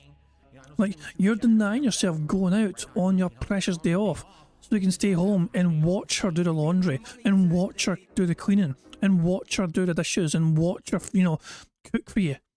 As if Phil's gonna fucking help it with the chores. He's gonna fucking, basically Phil's gonna be fucking standing there with a whip in his hand, just fucking telling him to fucking work harder, work more, work faster. Come on, mommy, cook that dinner faster, mommy.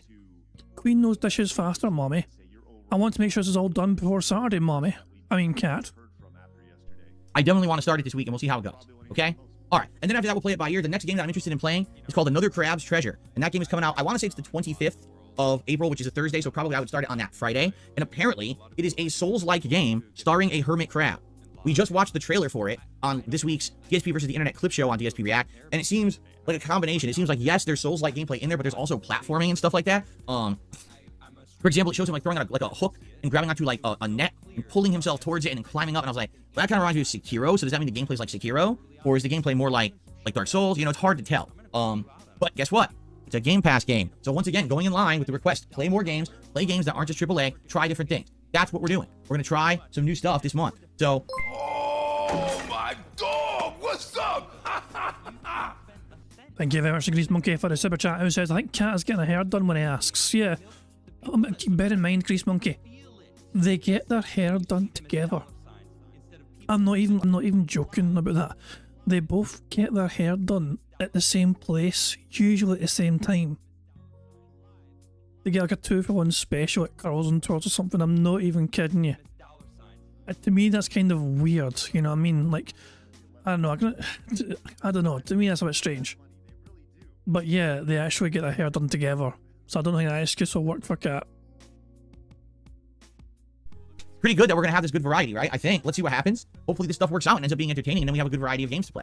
The support is not forthcoming. Guys, you wanted variety. You asked me to do all this variety. You asked me to fucking play more games on Game Pass and do different things. Why isn't the support coming? So there you go. Okay. Who fucking cares? That's the schedule, guys. I actually have news. Ready for this? It's time for my favorite segment, your favorite segment, and everyone's favorite segment of the show. It is time for DSP News. So let's do it, shall we? That might be thumbnail worthy. Time for DSP. Give me a wee second here. Give me a wee second here. That's that. That's the schedule, guys. I actually have news. Ready for this? It's time for my favorite segment, your favorite segment, and everyone's favorite segment of the show. It is bear with me. Time for. So wait for it, wait for it, wait for it, wait for it, wait for it. That might be good. I love it. There we go. One hand's fuzzy and one's not. Then one hand's fuzzy and one's not. It's the switch. Is there any better ones? Jesus Christ, there actually is better ones. That one may be good there. That one might be fantastic right there. I don't know.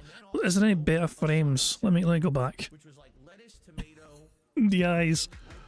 The body eyes, man.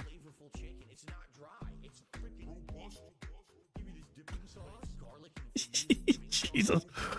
Okay, I think we've got a winner. There, perhaps. There, I think we've got a winner. That one right there. Look at me, man. Give me a second here. Let me see what I can do. It's a wee well to find a good frame I liked, but I think I've got it. So let's go here, let's crop it out there, let's go there.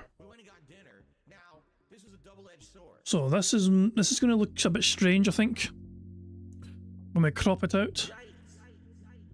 Nothing I can do about that. Yeah, you can spot, this is me making a thumbnail earlier on. Big ups to Tacozilla for that creation.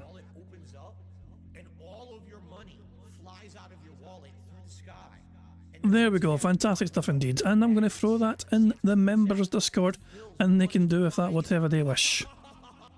Give me a wee second here. Fantastic stuff indeed, there we go. And also, Phil's shirt was found. Tacozilla is great at finding, like, this is Phil's shirt, and it was made by 8th Avenue.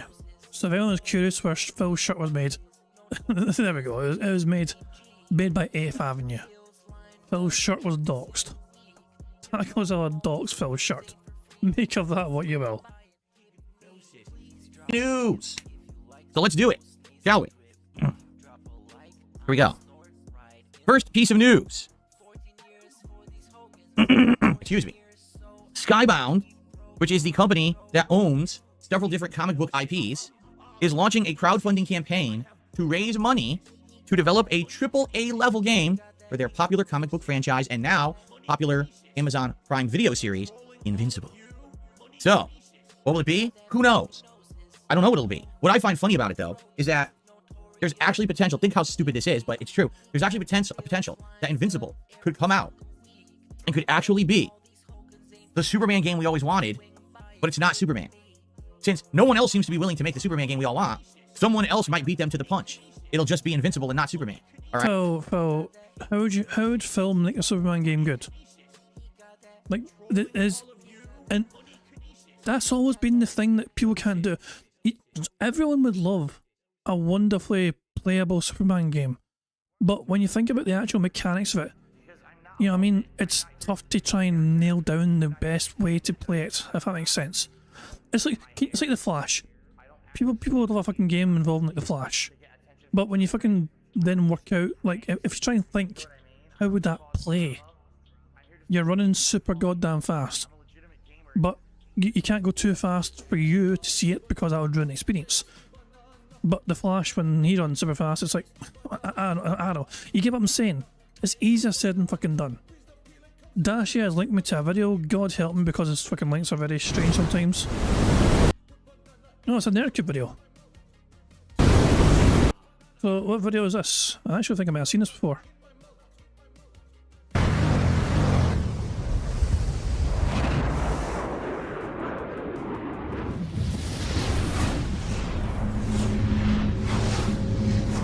Okay, I've not seen this before. That was pretty cool. That was pretty cool.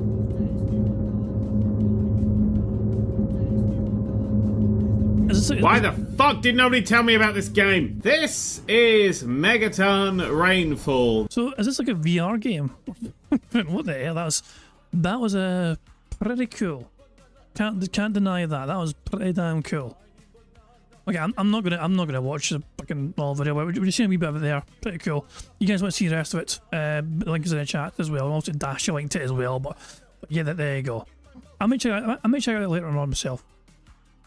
I like Nerdcube's content. I don't watch much Nerdcube these days, but even though I'm a subscriber, you can see I'm subscribed to him. Don't watch him too much these days, but I do enjoy his content though. I watched him a good fair bit back in the fucking day. But there you go. There is a Superman game out there. It's just that Phil is blissfully unaware. It's not like Phil's job is to fucking understand and know these things as a fucking gaming content creator or anything, God no. But there you go. Cheers for linking me to that wee video, Dashie. Alright. Pretty silly to think of, but it might happen. Alright? Now, I'm a little weirded, a little confused about the crowdfunding deal. I mean, I know that comic books is not a super profitable industry these days. It's just not. The movies make money, right? Comic book movies. But I guess print as a medium or digital distribution of comic books isn't that big of a profitable deal. And so I can get that Skybound, you know, Invincible is a semi-popular property right now because it's had its prime. Oh my, we have 103 likes according to Dido. Guys, thank you very much for liking the stream. We have got another free space, our third free space of the game. And not only does it was a free space, you guys also get to enjoy the Bubbles animation made by the supremely talented Pixar Animations. Remember, keep an eye in the bottom right for Jasper to do his thing. You fucking me fuck up now, Jasper. Good cat. Such a good fucking cat. Double tap never fucking fails. Video show that people like, and you know, what's his name? Omni-Man, one of the characters from the show, just made a guest appearance in Mortal Kombat 1 as a character, but it's not white hot popular, right? Like, Invincible is not a household name when it comes to superheroes, right? And because of that, perhaps that's why they need to seek crowdfunding. I'm not sure. I would hope if the game gets made, I would hope it's good. Like, I watched season 1 and I liked season 1. I thought that season 1 was good, and I'm thinking that if this game gets made and it could have like different the big set pieces and scenes from season 1, it could work. Or maybe it could be its own standalone plot line. I'm not sure. I didn't see season 2, so not knowing where the plot went, it's hard for me to say, oh yeah, this definitely could work as a game because all this other stuff happens in season 2, and between the 2 seasons, that's enough for a video game, right? So I don't know. I guess we'll see what happens. I guess you could look into it because I think they just launched that campaign. If you're interested, you might even be able to get in on it yourself. I do find it weird though that they say they want to crowdfund a AAA game. It's like, typically a AAA studio seeks out an IP, right? They buy the rights to the IP and then they make the game. Usually it's not the owners of the IP seek crowdfunding to get a AAA style studio to make their game for them. It almost seems like it's out of sequence, right? And maybe it's just that game studios, no one thought that that would work. And maybe Skybound has an idea of how to make the game work, and that's the point. They want to like pitch that or something. I don't know. I guess we have to see. But anyway, it's intriguing. Listen to this story. So recently, we were just talking about this PS5 Pro, which apparently is real. And the reason that it seems that it's confirmed to be real is because there was a YouTuber who made an entire video about it, apparently citing data leaks from Sony, and his video was stricken down by Sony on copyright grounds. Why would Sony strike down a video unless it actually is true information, right? Unless they just want no misinformation out there. But it sounds to me like if you're going to strike down a YouTube video covering this thing, it probably is real then, right?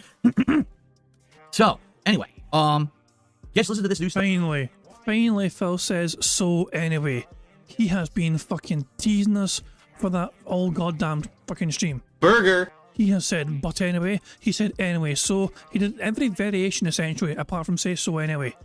Until now. Finally we got a fucking so anyway. This picky prick has been annoying me all day. Story, ready? Sony wants to have game developers create an exclusive graphics mode for the PS5 Pro. So, if you currently own an Xbox Series S or X, you may have noticed that certain games have this icon, like in the corner of the game art, and it'll say like, optimized for Xbox Series S and X. And what that means is, supposedly, the game developer tweaked that game to run as well as possible on that console. In some cases, that particular version of the game will run at higher frame rate, or more stable frame rate, have added features and things that other versions of the game don't have. Okay? So what Sony is saying is, hey, on the PS5 Pro, we want this special graphics mode very similar to that, to include 60 frames per second, upscaling to 4K using the PSSR technology, and ray tracing.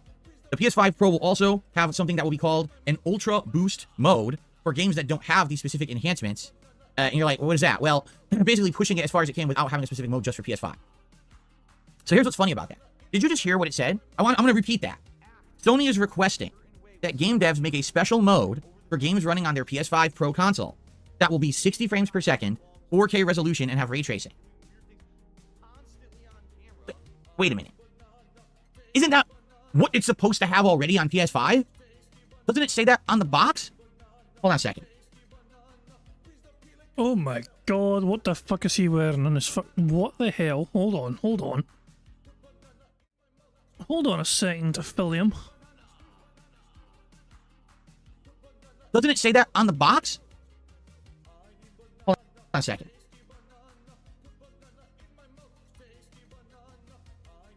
Stand in front of the camera. Hold on.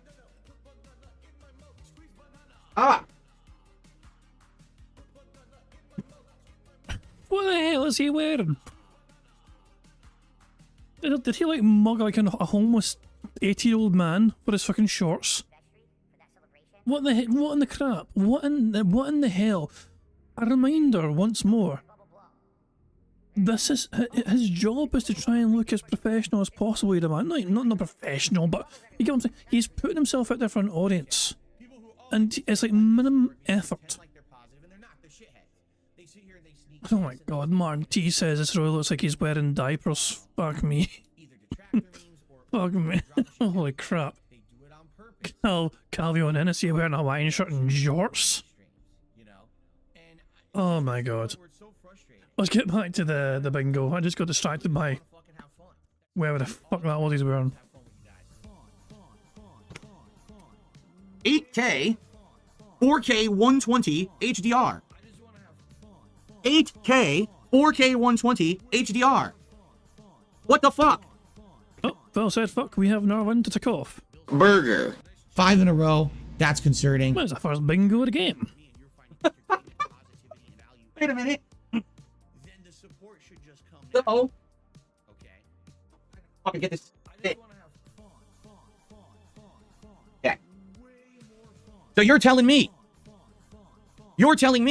that they sold that console, the base PS5, on the premise that it would have all that stuff. It doesn't. Games don't render at 8K. Games don't render at 4K 120p. They don't run at 120 frames per second. Is there a single game that runs at 120 frames per second on base PS5? It says it on the box. I just read it, and it doesn't have it, right? So essentially what they're saying is, we want you to buy another PS5 to get what we said was in the last PS5. And we're requesting that game developers actually do it this time. Huh? Hello, that's a Y pose, sorry, T pose if I ever saw one. Burger. Fantastic. Prophet apparently wants to rant. As long as it's a quick rant, I don't mind. Do you know what I mean? Like I don't want to fall too far behind. Do you know what I mean? So if Prophet's calling and he wants to rant through technology, so give me a second here. Hello, you angry, bald Canadian, perverted mad lad who's sick. You want to rant about something? Yeah, I want to rant about this fucking PlayStation shit, because I'm working on a video after his last 4K shit that he went into on the weekend. So Phil doesn't understand again how the Xbox, how the PlayStation 5 support 4K. They do support 4K, not 120 frames. It's 120 hertz. That is the standard, the VESA standard of HDMI 2.1. So it can support up to panels that support 120 hertz. Doesn't mean that you're going to get 120 frames per second. Like your monitor, you have a 165 hertz screen, right? I think so, 144 or something at least. Yeah. Something, yeah. Yeah, you're like 144 or 165 with the overclock. Yeah. When you game on your, because you have a 3070 Ti, right? I think so. Yeah. I think so. Yeah.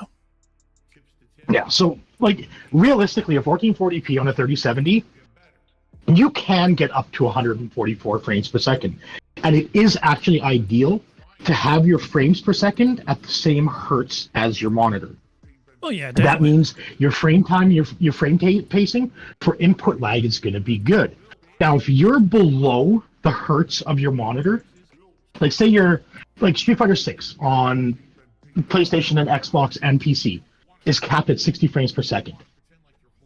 If you have a 120 hertz screen, it can help to alleviate input lag. And if you're playing on a 60 hertz panel versus 120 hertz, it's about 18 milliseconds of delay. And that's what Phil's currently playing as, because his capture card won't transfer through. The problem is the PlayStation 5 and the Xbox just are not powerful enough to do 4K, which is why they use dynamic resolution or FSR 1 and 2. That's what Sony wants. It feels go ahead. I mean, it kind of does feel like, close on the box, it's on the box, it says 4K or 8K. It feels like the boxing was a bit, what they promised, what the console had. Does Phil have a point in kind of saying that maybe they overpromised? It's not that they overpromised. They can do 4K and 8K video. Okay? Right, okay, it doesn't mean that they're going to do 4K, 8K gaming. Right, it's basically called 4K. That's what they call it in the industry. 4K, right? Like when projectors first came out that supported 4K resolutions, they weren't actually 4K.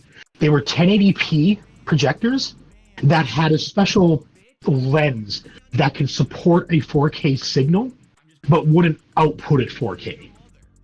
It would still be 1080p. Right? So it's on an Xbox, even on PC, right? You play Cyberpunk with the latest ray tracing at 4K, you're going to be sub 30 frames per second. If you enable DLSS, which is FSR on the AMD side, you can then set it to like 1080p. You're going to get the performance of 1080p, but you can upscale it to 4K. Now you do lose image quality. It's very hard to pick out, but that is what the console uses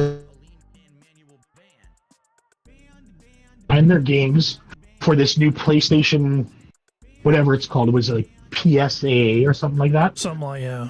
That's going to be, it's going to be very hard for game developers to do that when there's already an upscaler FSR on the system. So you're going to have games that the developers are going to have to include DLSS for PC, FSR for Xbox, PlayStation, and PC, and they're going to have to support now this new PSA or whatever the fuck Sony's calling it, PLA. Buddy, that's confusing as fuck. So, as usual, Phil, Right. so Phil's pretending to understand something he doesn't know anything about, as usual. Yeah, like if you look at Street Fighter 6, Street Fighter 6 runs at a dynamic resolution, and they state dynamic 4K. That doesn't mean it's running at 2160p. That means it's running, I think it's like 1800p, and then it upscales. Right. It's because the consoles they're based on Zen 2 and RDNA 2 technology. They're not powerful enough to do it. Okay, cool. So, it does feel like a bit sneaky to phrase it that way. You know what I mean? So it's like it's marketing, right? It's like Phil calling himself 6 foot when he's 5'11". You know? No, feels like actually like 5'9" or something like that, I think, right? According to that driver's license leak or whatever. Oh, who fucking knows, man? He just says he's like 6 feet, yeah. Well, he's definitely not But fucking it's like, 6 foot. he doesn't understand. He honestly doesn't understand the tech. Like, he thinks if he sets his console to 1080p, that it's going to run at 1080p and he should get the performance at 1080p 60. No, there's render modes. You have quality performance, and even in some games like Modern Warfare 3 have an FPS mode that can get you. You can hit 120 frames per second, but it will fluctuate a lot. Yeah. And it really lowers the image quality.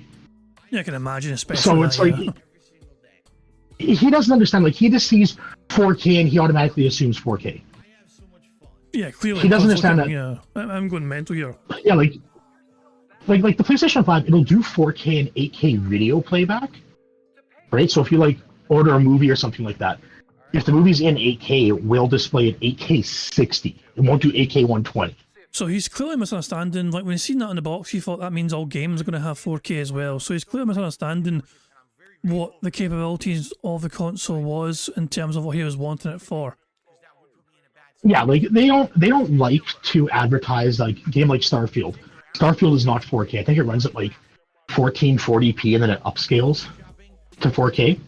That's why it looks like shit all the time. Yeah. But the Xbox has the exact same marketing, right? They say 4K 60, 4K 120. It will do 120 hertz, not 120 frames. There are some games like rinky-dink remakes that will do like 4K legit. I mean, because they're not graphically impressive. Exactly, because they're older games, you know what I mean? So it's not graphically as intensive or whatever, which means the game can, exactly, you know, we can make the most of the fucking newer computer to fucking boost the performance. Yeah, it's like, if he wanted to do 4K 60, he should have bought a gaming PC. Yeah, exactly. And but like, you bought a console. That's a fucking deep rabbit hole there, fuck me. And it will just get worse over time, right? As long as, like, when's the next refresh for console? It's like 2028 is like the next rumored new next-gen console. So within the next 3 to 4 years, you're going to have games that are going to be more graphically intense that are going to run worse and worse on the Xbox and the PS5. It's just one of those things as well. It's already quite, you know, some of the graphics in a lot of these games are already very fucking impressive.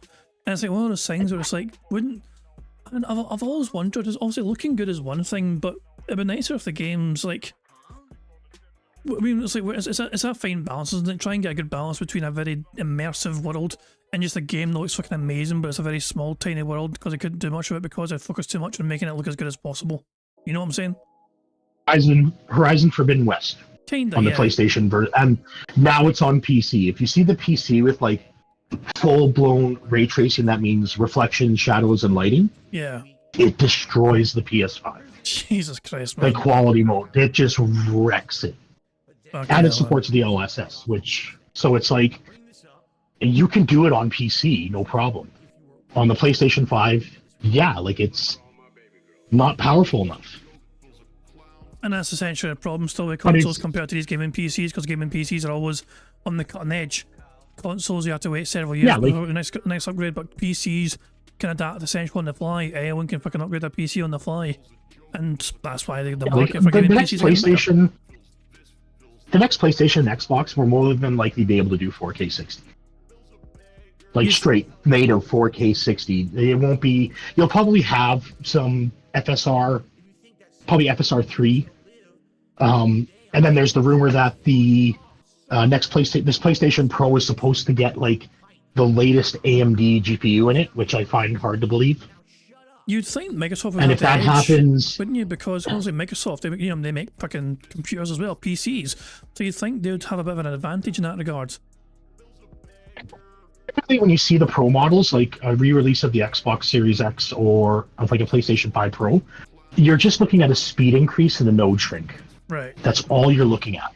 You're not looking at a brand new GPU. That would be an entirely new console gen. Like if they put an RDNA 3 in the PS5 Pro, it would destroy Xbox. There's one thing as well, which kind of people like Phil forget a whole lot. When people are trying to develop games, especially if they get their hands on like some sort of future console, it's like a lot of game developers are given like a development version of what that console would be. So they're trying to like make a game with technology which is not is current for the time they're making it, but by the time the game comes out, when I finish making the game, it won't be current, if that makes sense. Like, you know, by the time the game comes out, like PC will by the time it comes out, yeah, like by the time the game comes out, by the time the console comes out, PC's already got stuff that's way ahead. Like we're already 3 generations ahead of the Xbox, exactly, yeah, and the PlayStation 5 in terms of CPU and GPU performance. So basically, if Phil wants to stop bitching and whining and moaning, you just get a fucking gaming PC and just shut the fuck up. Yeah, ask OIC, open up that wallet, give him a $3,000 gaming PC Maybe with a 4070 Ti, and then maybe you can ask RTU go nicely, hard. and he might give him that PC again. Yeah, I wouldn't want anything built by Rich. Yeah. Okay, I'll let you go, though, man. No, I just have to rant about that. Understandable. It's about Sorry. technology, which is Later. your kind of trigger. So yeah, for sure. I feel better, man. Cheers. Later. Catch you later, man. So yeah, always good to have Prophet on to debunk Phil's nonsense bullshit when it comes to tech stuff. Good stuff there indeed. So yeah, I had a feeling anytime Phil has tech talk, it's just Prophet's like, oh my god, fucking hold me back. So yeah, Prophet knows his tech. You know, he's it's the one thing he's definitely quite knowledgeable about. That and hairy feet pics, you know. So it's 2 passions in life: 1 technology and 2 the hairy feet pics. But yeah, cheers Prophet for debunking Phil and explaining why Phil's a buffoon. Like, am I the only one who like doesn't fall for this stuff? Maybe? Am I really? Am I the only one who sits here and I'm like, that doesn't sound right to me. We already paid for it. We already bought it. It says it on the fucking box, and if it's not in it, you know what I mean? Like, again, what's the saying? Fool me once, shame on you. Fool me twice, shame on me. I already bought your console, dude. You already lied. You know what I mean? You already lied. So now, buy another console. Who's to say that these game developers, just as somebody's requesting it, that doesn't mean the game developers are going to do it. Game developers cannot get their games to run 60 frames on a current console at 1080p resolution. I'm going to repeat that. Game developers cannot get their games to run at 60 frames per second at only 1080p resolution on They can on PC. current consoles. What makes you think because you give them better hardware that they're going to do it? Like, it's not the hardware. It is not the fucking hardware. It's the game developers now that are the bottleneck. Our technology is advanced too fast, too quickly, too far. And we have technology that's way above what we need. What we need is more talent in the game development pool, and we need to have management in the game development pool that cares about the games running well and performing rather than pumping out an unfinished product for quick profits. We don't have that yet. So why are we making another console? Who needs a new console? Nintendo. Why does Nintendo need a new console? Because the Switch is 2 generations behind tech-wise. That's who needs a new console. Sony does not need a new console. Xbox does not need a new console. There's nothing wrong with their existing consoles. The game devs haven't caught up to the capabilities yet. So we have to stop this fucking madness. This whole story, I'm reading this, I'm like, and if people freaking out, this is great. I can't wait to buy a PS5 Pro. I'm going to get this. Like, are you stupid? You already have the box that does it, and it doesn't do it because the game devs didn't make it yet. Why the fuck do you want another console? I mean, what the fuck? What is wrong with people? What is with this? We absolutely must own every piece of technology, even if it doesn't do anything new. Every year I must go out and buy the new iPhone, despite the fact nothing new is added to it. I'm just an idiot. I gotta go buy the new console from fucking Nintendo. I gotta buy the new controller. I gotta buy the new... Stop. Your behaviors make this possible. Your behaviors of spending on shit that you don't need, that doesn't do anything, make these companies pump out all this bullshit. This console not only is not needed, it does absolutely nothing to help the games industry. You're not going to see revolutionary new performance of games on a PS5 Pro. No one's utilizing base PS5 yet. So stop asking for more and stop buying more. Your stupid actions directly finance more stupid actions from these game companies. You will never see a good-looking Pokemon until you stop buying the Pokemon that looks like shit. All right? You will not see companies stop trying to take advantage of consumers until the consumers get wise and stop get taking advantage of. It's just, I can't believe it. I'm reading the story, and you can look in the comments, and everyone's, haha, this is great news. Like, haha, you're all fucking dumb. Every one of you. I just thought I'd let him cook because what a dumb fucking rant that is. I was blaming the game developers and not the hardware limitations. Really?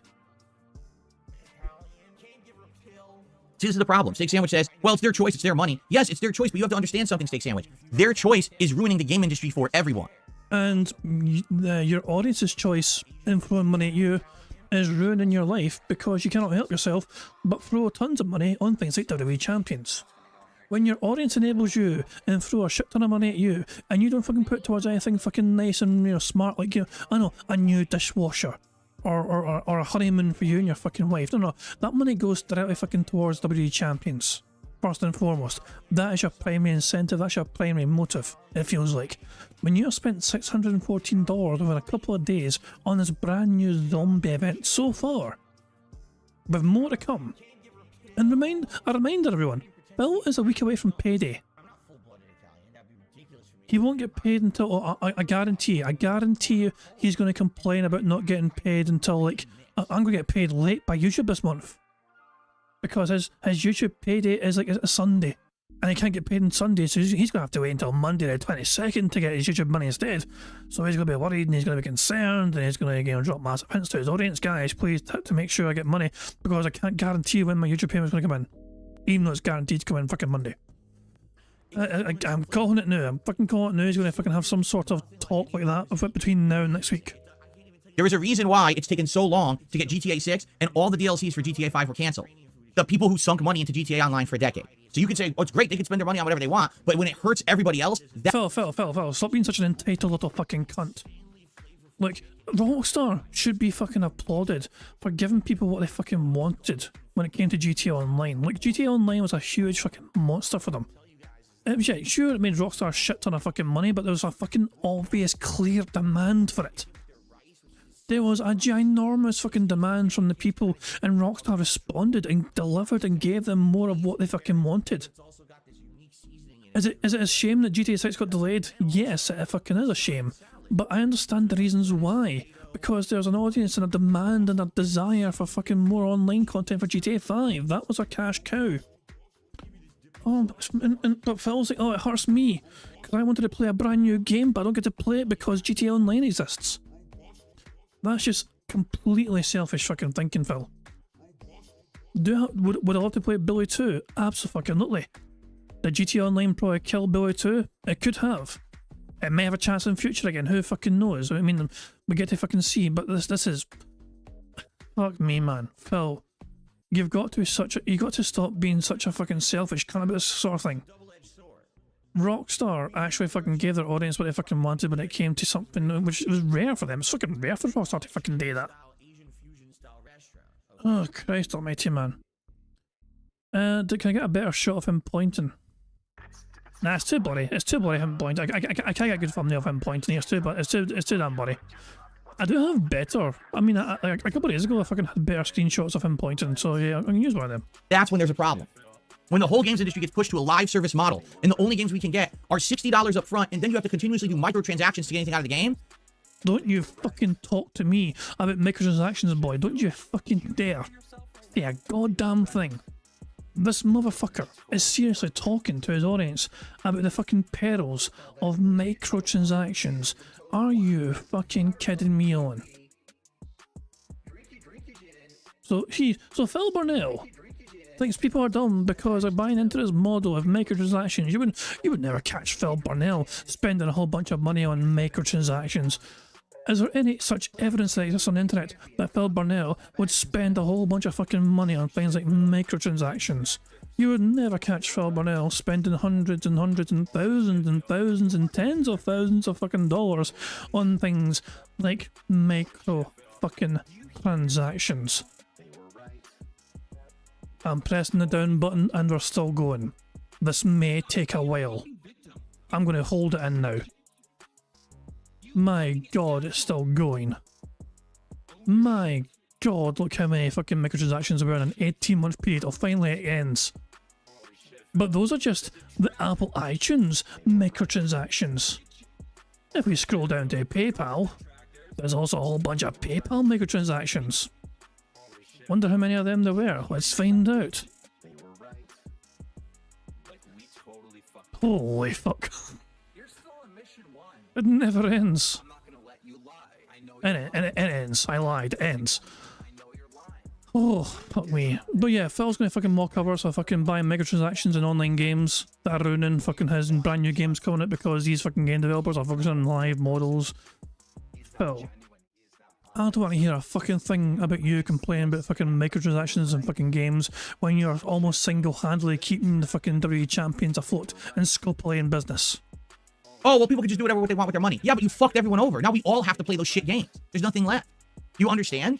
That is Phil, no one's forced to play those games.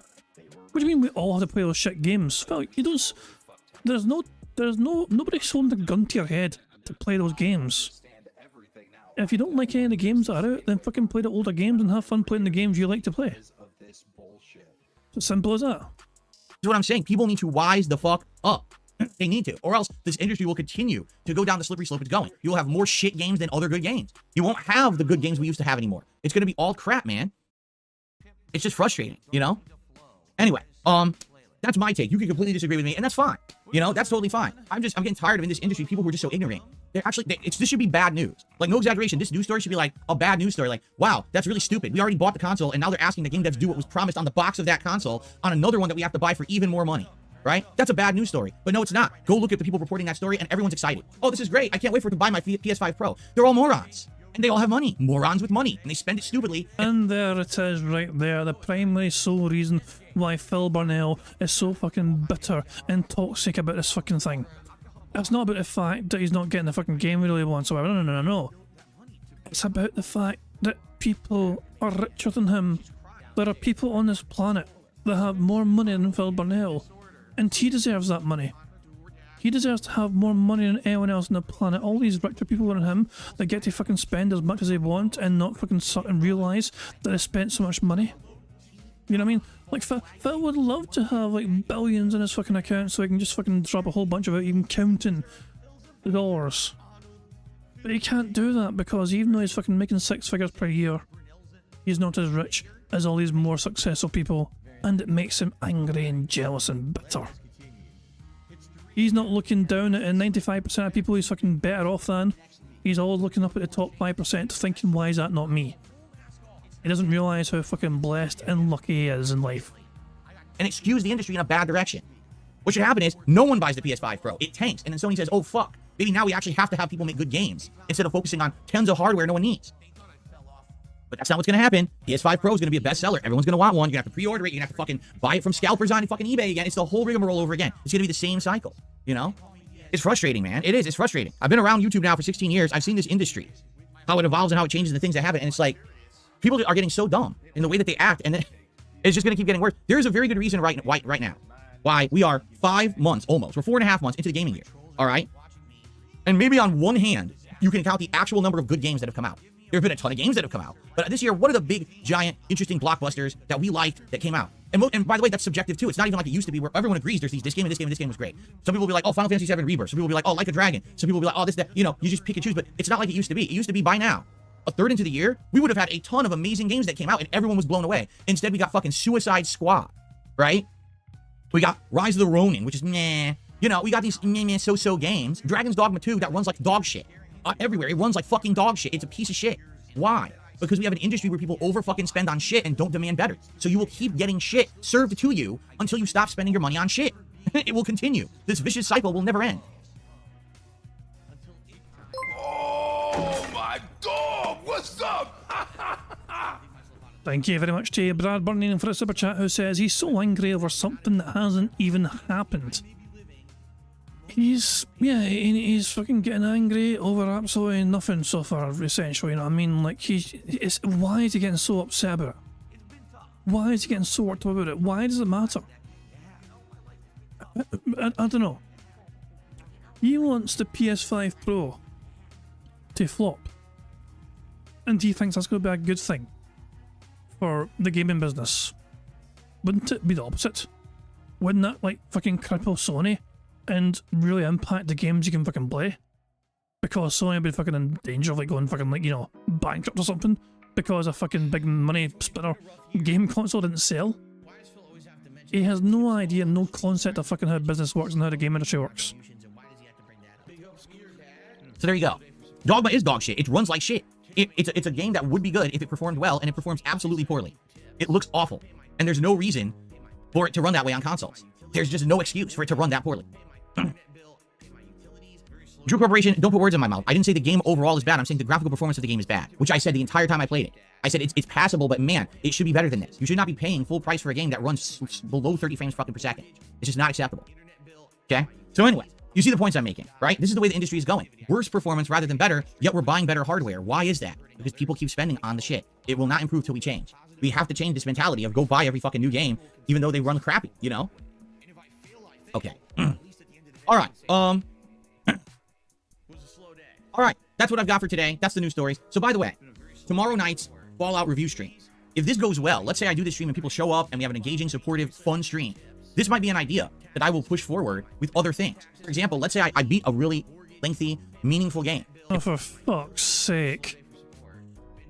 Oh my god, no, he's gonna fucking have like special streams just to fucking talk about the game after. Oh my god. Fuck. Fuck and fuck! Yes, Jesus Christ, this is... I hope it fails tomorrow. I hope this fucking special review stream fucking falls flat on its face. It probably won't, but it'd be funny if it did. And people have been saying, hey, will you review the game? Yeah, you know what? I will. Let's do a night stream where I do a review stream. And I'll review the game and then we can all talk about it together as a community about what we liked and didn't like, and you know what I mean? I think that's better than the old style of review that I used to do. Let's see how this review stream goes for the Fallout TV show. This could lead to future content.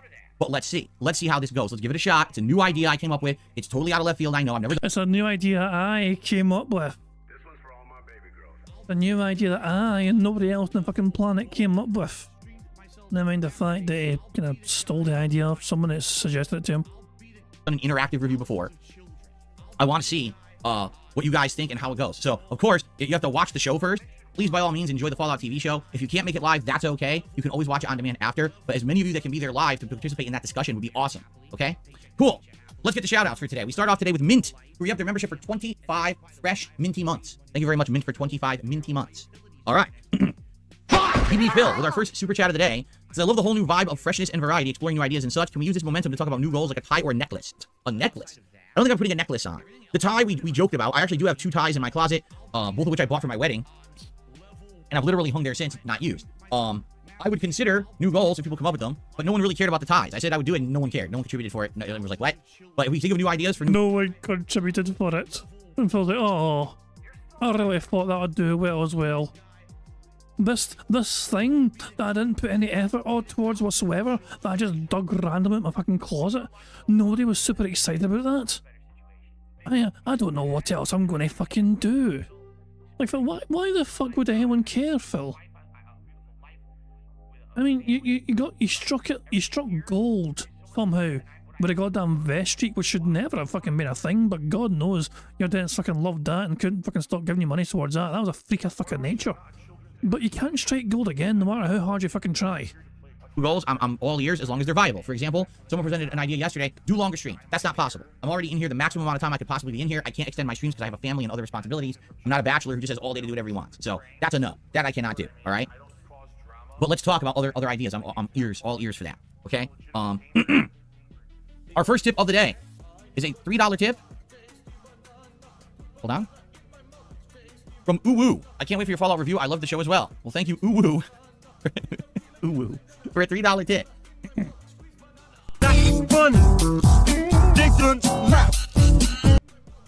Amazing. Okay. I received a $10 tip from BB Phil.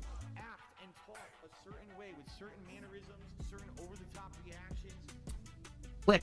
Come on now. He says, thank you for your response. Oh, wait a second. Phil said members earlier on. The very first contribution was somebody re-upping their membership. 25 months. So he said members. Burger. 5 in a row. That's concerning. Yeah, I missed that. That's my bad. So, what does it mean?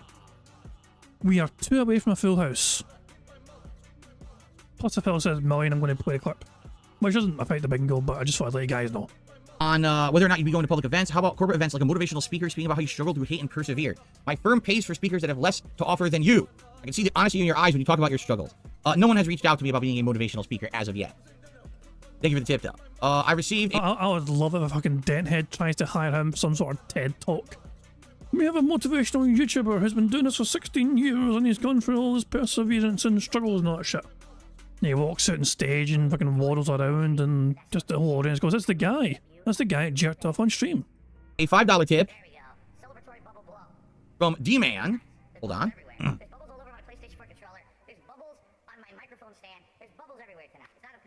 Did the animation play? Yes, okay. If someone just keeps saying sorry when they do something, they're not really apologizing, right? Okay, D-Man says, sad to see Sony can pump out hardware faster than software. Last year was a crappy joke of a PSP, and it just streams to your PS5. Now it's a pro console that nobody asked for. Here's the sad fact is that people do ask for this shit. That's the... Yeah, well, can we get a PS5 Pro? Like, dude, you have a PS5 that is sitting literally on your shelf that isn't being utilized by game devs, and you want a stronger console than that? Like, what? You know what I'm saying? Like, I don't even get it. I don't know. That's the sad thing. And same thing, like, as I was saying about Nintendo, right? For how many years the Switch comes out, everyone's disappointed. They're like, man, the Switch is a good console, but it just doesn't perform as well as their competitors. Why can't they come out with a Switch Pro that would have a better graphics card so it can actually run at higher resolutions, higher frame rates? Why can't we have fucking Joy-Cons that don't have insano stick drift in every single unit? You know what I'm saying? Like, I can keep going. All the things people wanted. What does Nintendo say? Oh, we'll put out a new Switch for you. It'll have absolutely none of those things you requested. Instead, it'll have a slightly better screen, improved speakers, and a better kickstand. Oh, by the way, we'll charge you the same amount as the first Switch. Oh, and then guess what happened? All the Nintendo fans literally went out and bought it. They literally went out and bought the console. And it's like, so what did you think would happen, right? You have given Nintendo the evidence that they will do absolutely nothing to give you what you want or what you ask for, but you'll still spend the money anyway. So why would Nintendo ever listen to you in the future, right? It just drives me absolutely nuts. So, yeah, it's really stupid. And I agree that this industry has issues, you know? We need to have a better attitude when it comes to our spending habits, or else you will always see those bad things, those bad behaviors. I don't want to fucking hear a fucking thing about fucking you lecturing anyone on bad spending habits. You just shut the fuck up right now, Phil. You fucking hypocrite. I don't want to hear a fucking thing. I've fucking had it with you. From major game companies, game developers, everybody. How on earth can we complain about Pokemon Scarlet and Violet performing so poorly, looking so bad on the Switch, and then it's the best-selling Pokemon game of all time? We want to talk about mixed messages. Man, we really hate this. Let's buy it more than any other game. Right? Like... Okay, anyway. Oh my god, excuse me. Whew. Let me just check and refresh a certain page here. Scanning for more tips, I see. And...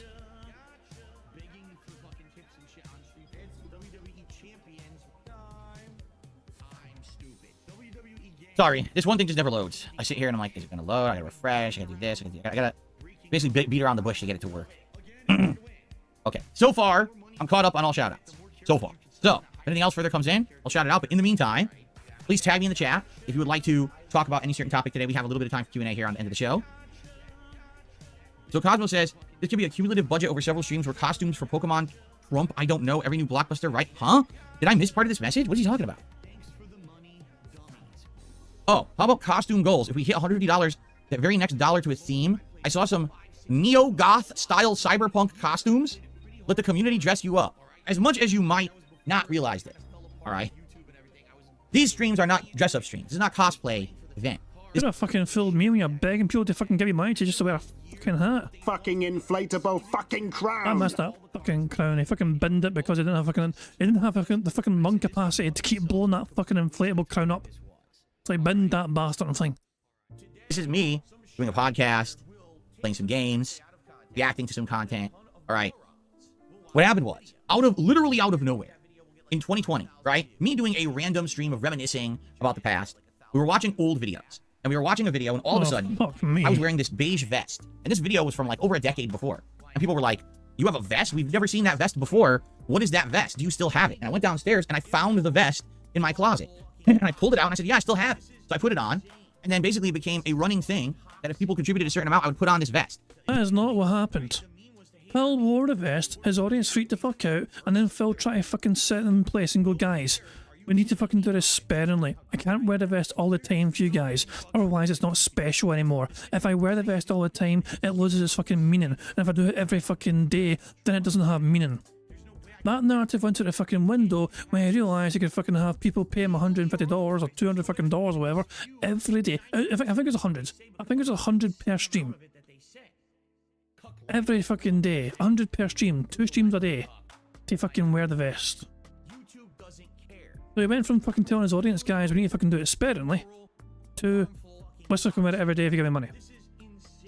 It's amazing how fucking much Phil's opinion changes when money influences it. Then that extended into a pair of Gunner glasses that I found in my closet buried that I never used. That later extended into hats, right? This is not a dress-up stream. Those are just silly celebratory things that I do because of support level, all right?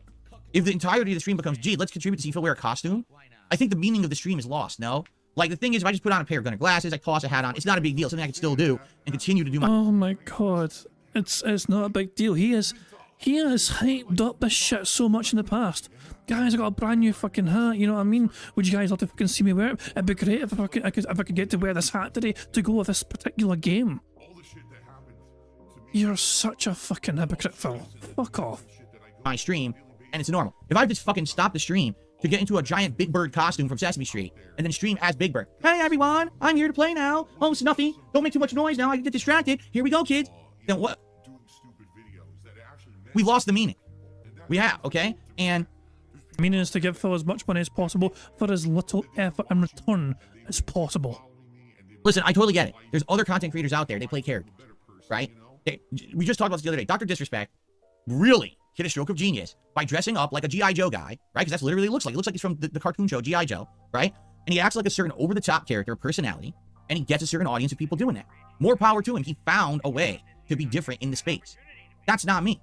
I'm not a character, you know what I'm saying? I'm not going to dress up like Santa Claus or the Easter Bunny or Donald Trump or Joe Biden or the devil or Jesus. I'm not going to dress up like these characters and do a themed stream like that. Like, that's not the point. We've lost the script if the whole point of the stream is to see me look stupid, right? Some would say that the devil dresses up as Phil Burnell for Halloween. And that's actually what ended up happening with the vest streak, where I had so many streams in a row where I was hitting wearing that vest in 2020 that it became more about, gee, will Phil... Oh my dog, what's up? Thank you very much to Barrett Wells for the super chat, who says, hear this, Jinx? Your $300 per day was meaningless. I don't think Jinx hears it because he only seems to turn up on the night streams. Yeah, Jinx is a night stream creature. Meester's saying that Cat would wear a maid dress. Like, good luck finding one that fucking fits her. Fuck me, man. Will Phil hit the goal? Will Phil hit the goal? Will Phil hit the goal? Will Phil hit the goal? Will Phil hit the goal? Will Phil hit the goal? And that was the whole stream became. I couldn't even, sitting here, I couldn't even have a fun stream because it became so many fucking people just talking about income constantly.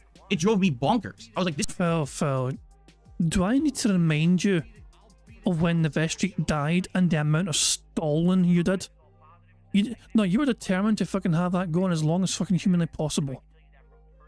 I feel so tempted just to fucking play the clip of when the vest streak died. I don't know, should I? Fine, I'll find it, fuck it. Give me a wee second here. DSP vest streak ends. There's a video on the vest streak ending. Fuck off, Phil. So, here. Fuck me, man. So, let's just enjoy the vest streak ending, okay? So, let's, when did it end here? It basically ended about here, wasn't it? No, it wasn't there. So, he's at 276 as a fucking streak, okay? But he's only got like $8 so far. And he has a little unrecorded little segment here trying to get support to go up. And He stalls massively towards the end. Yeah, I think it's a counter essentially. Yeah, he had a time and see how long he stays. This is like the end of the stream, I think. Oh, hold on, yeah, someone took $5 at the end there, so if I had a $5 tip. But yeah, this is the end of the vest streak, and I'm going to go at 1.75. 1.75 speed. This is a Mighty D video, by the way. Sport. See you next time.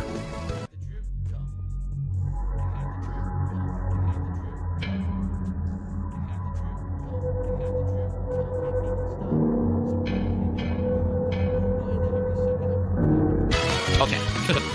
Alright, so let's close that out, guys. So thank you guys. I'm sorry I can't go back and read a million cheers now because people were cheering during the final boss. What do you want me to do? Like, I couldn't derail and talk about off-topic shit when I'm trying to finish the game in a limited amount of time. New Star Room cheer. Dynamite Heady's plot. The Smiley's and I don't care. I'm not going to read this giant paragraph about Dynamite Heady's plot now. CM Booker 2020, $55. Sorry I got timed out, Phil. Alright, I don't know why you got timed out, but thank you for the $5 tip. Ladies and gentlemen, this is the end of the stream. I can't go late. I wasn't kidding. Like, I'm done. The game is over, and it looks like the vest streak's over. So I don't know why people were, like, if people were holding tips or whatever tonight. Because there was a lot of support tonight, and it was mostly... If people were folding tips tonight, aye, I'm going to hold on to this money and just like wave it at the computer screen so Phil doesn't get it.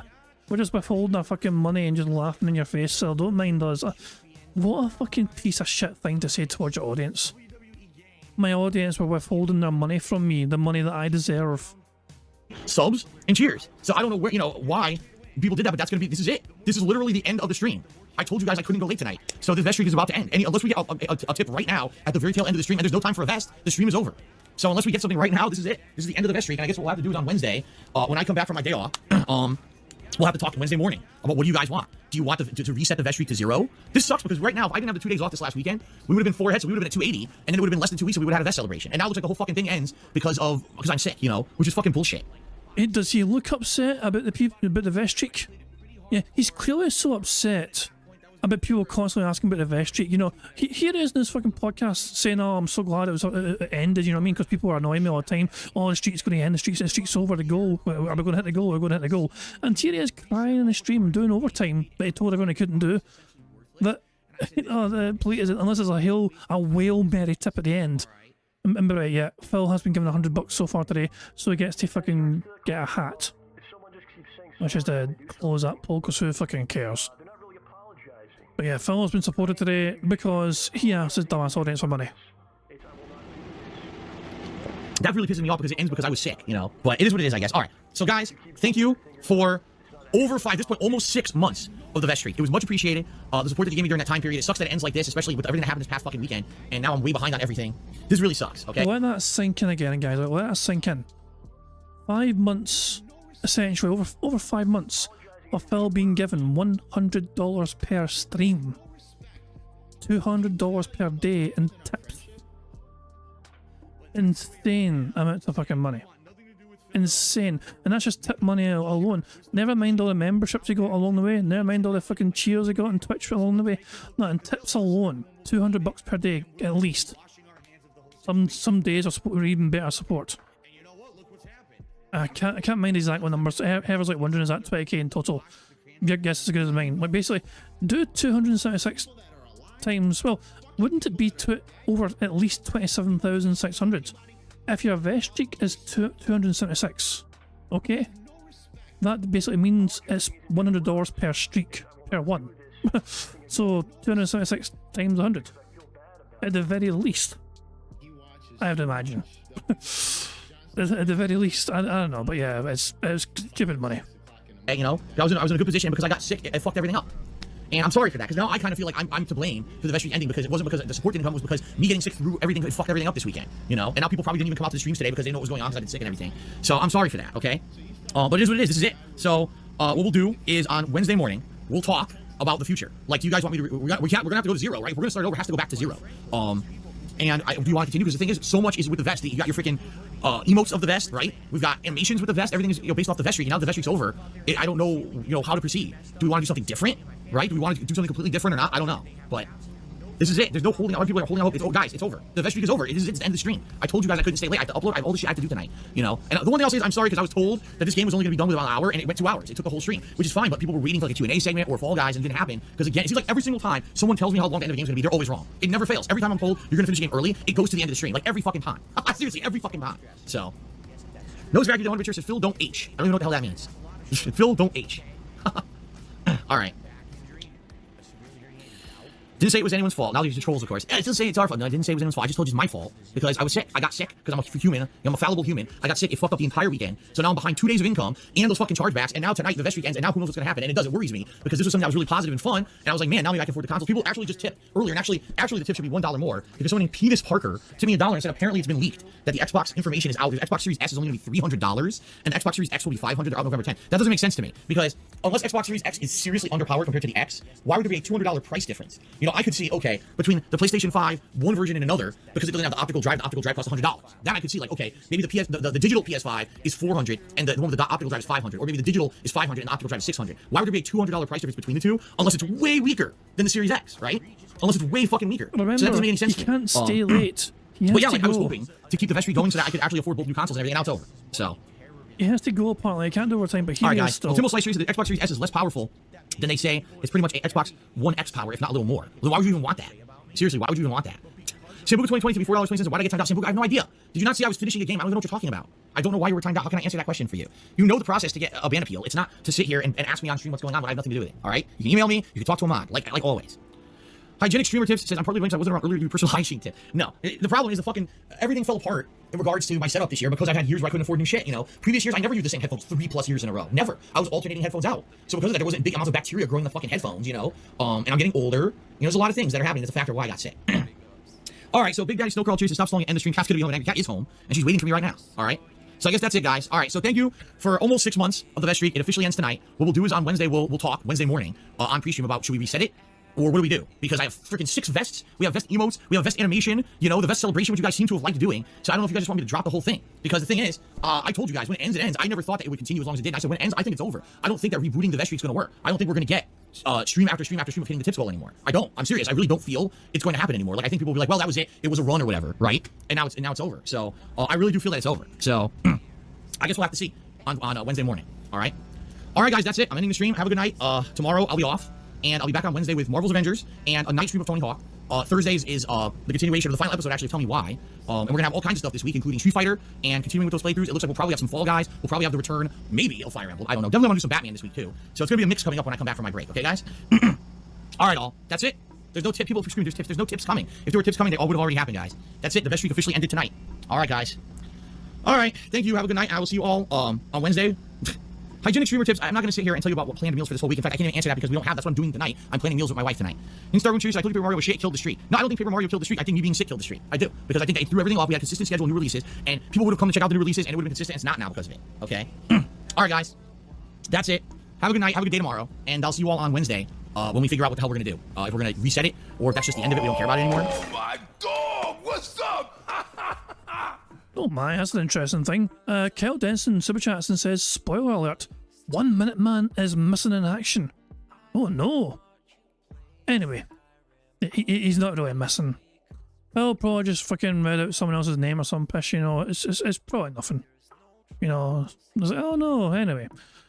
So yeah, Phil ended the stream officially, like, you know, on this Vestreak stream ended like 9 minutes. He stopped recording 9 minutes before it, and so then told his audience, I can't stay, I've got to go. 9 minutes later, he's still there, but it gets better. You know?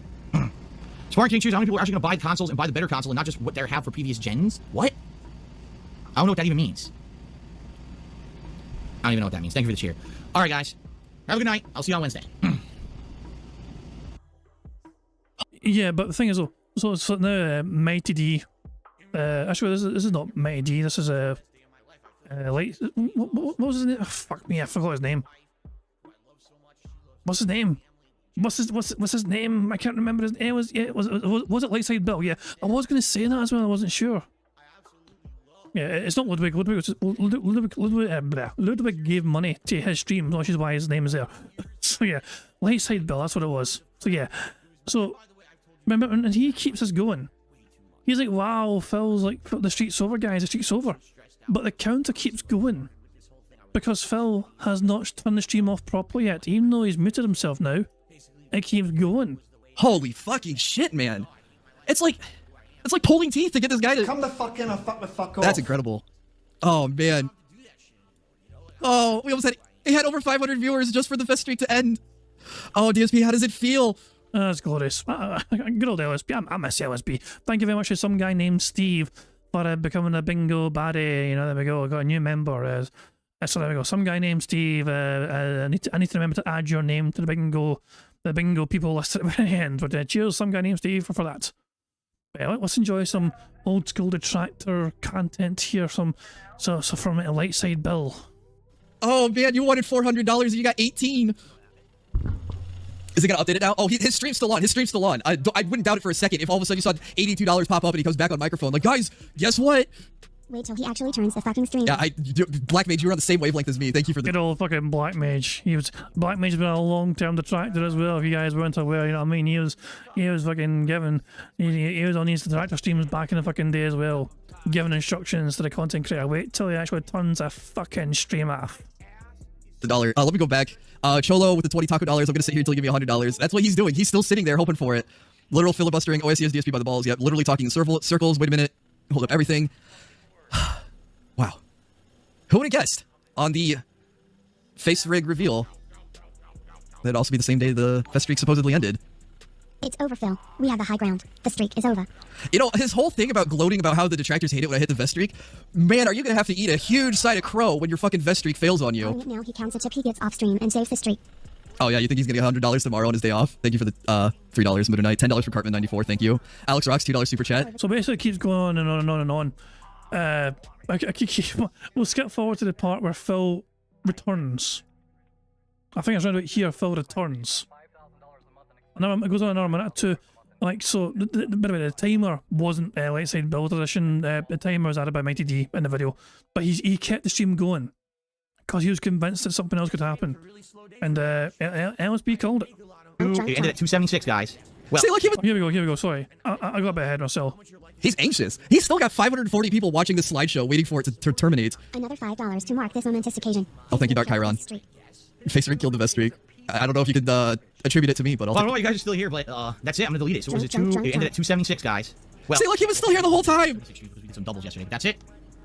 Dude, he sat around for another 10 minutes. It's official. Had to make it official. All right. We did it. I'll see you guys Wednesday. Like I said, you guys think about what you want to do. Dude, he totally was sitting there the whole time waiting for $80 to show up. Or do we want to think of something different? I'm gonna pause donations. So sorry, guys. It is officially over. All right. Good night, everybody. Wow, he had to come on and say, I was waiting, but I'm going to delete it now. Tap, tap, tap, tap. Oh, it's offline. Have a good night. Bye. Holy fucking shit. It's like...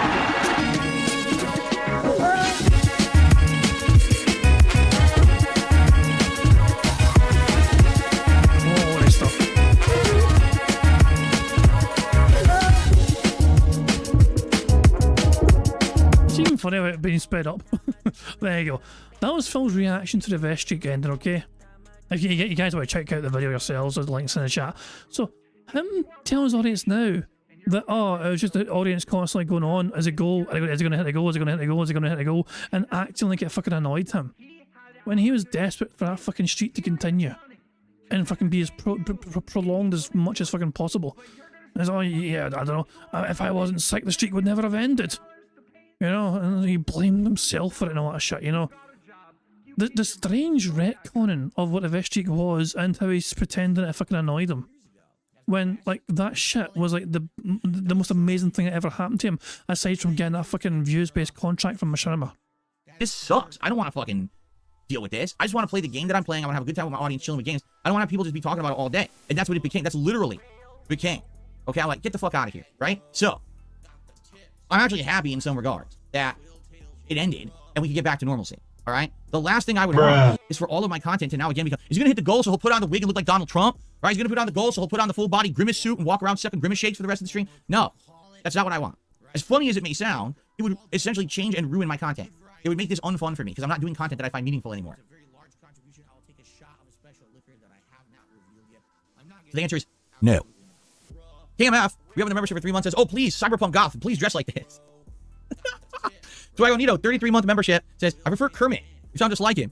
It's not easy being a streamer. Trying to play games and assholes are being trolled in the chat. The fuck up! Oh, yes. Anyway, I received a $1.50 tip from Anso Kamaru. I finally beat Rebirth 2 days ago. I'm frustrated at how long it was. Even though I was enjoying the game immensely, I wanted it to just be over at some point. I wasn't even really dragging or boring. It just kept going and going and going. Open world, in my opinion, is one of the biggest cancers currently in the gaming industry of the past many years, and it needs to die. I'm curious on your thoughts on the ending, and when you get back to it. All in all, I thought it was an incredible experience. Well, there you go. I mean, like I said, when I first started playing Rebirth, I was blown away at the open world. And then I got to the second open world area, and I said, wait a minute, it's like the same as the first one. I mean, it looks different. It's a different, environment or climate or whatever you want to say. But then I was like, why does it play or the same? It's the same objectives. This monster hunts, kill certain amounts of monsters, right? Do a certain, find the stupid crystal items, get the lore pieces for the summon monster, fight the summon monster. It was all the same. And I was like, wait, are you telling me that's the whole game? And people started to tell me, yeah, literally that's the whole game. Like the whole game is a big story beat, and then you go back to an open world that's exactly the same as the others, and then a big story beat, and then back to the open world, and it's just the same back and forth. And I was like, well, that does kind of suck, in my opinion. I feel like it should have been more unique. Like if each open world had its own kind of stuff going on, or maybe enough content in the open world so at least it alternates between different things, right?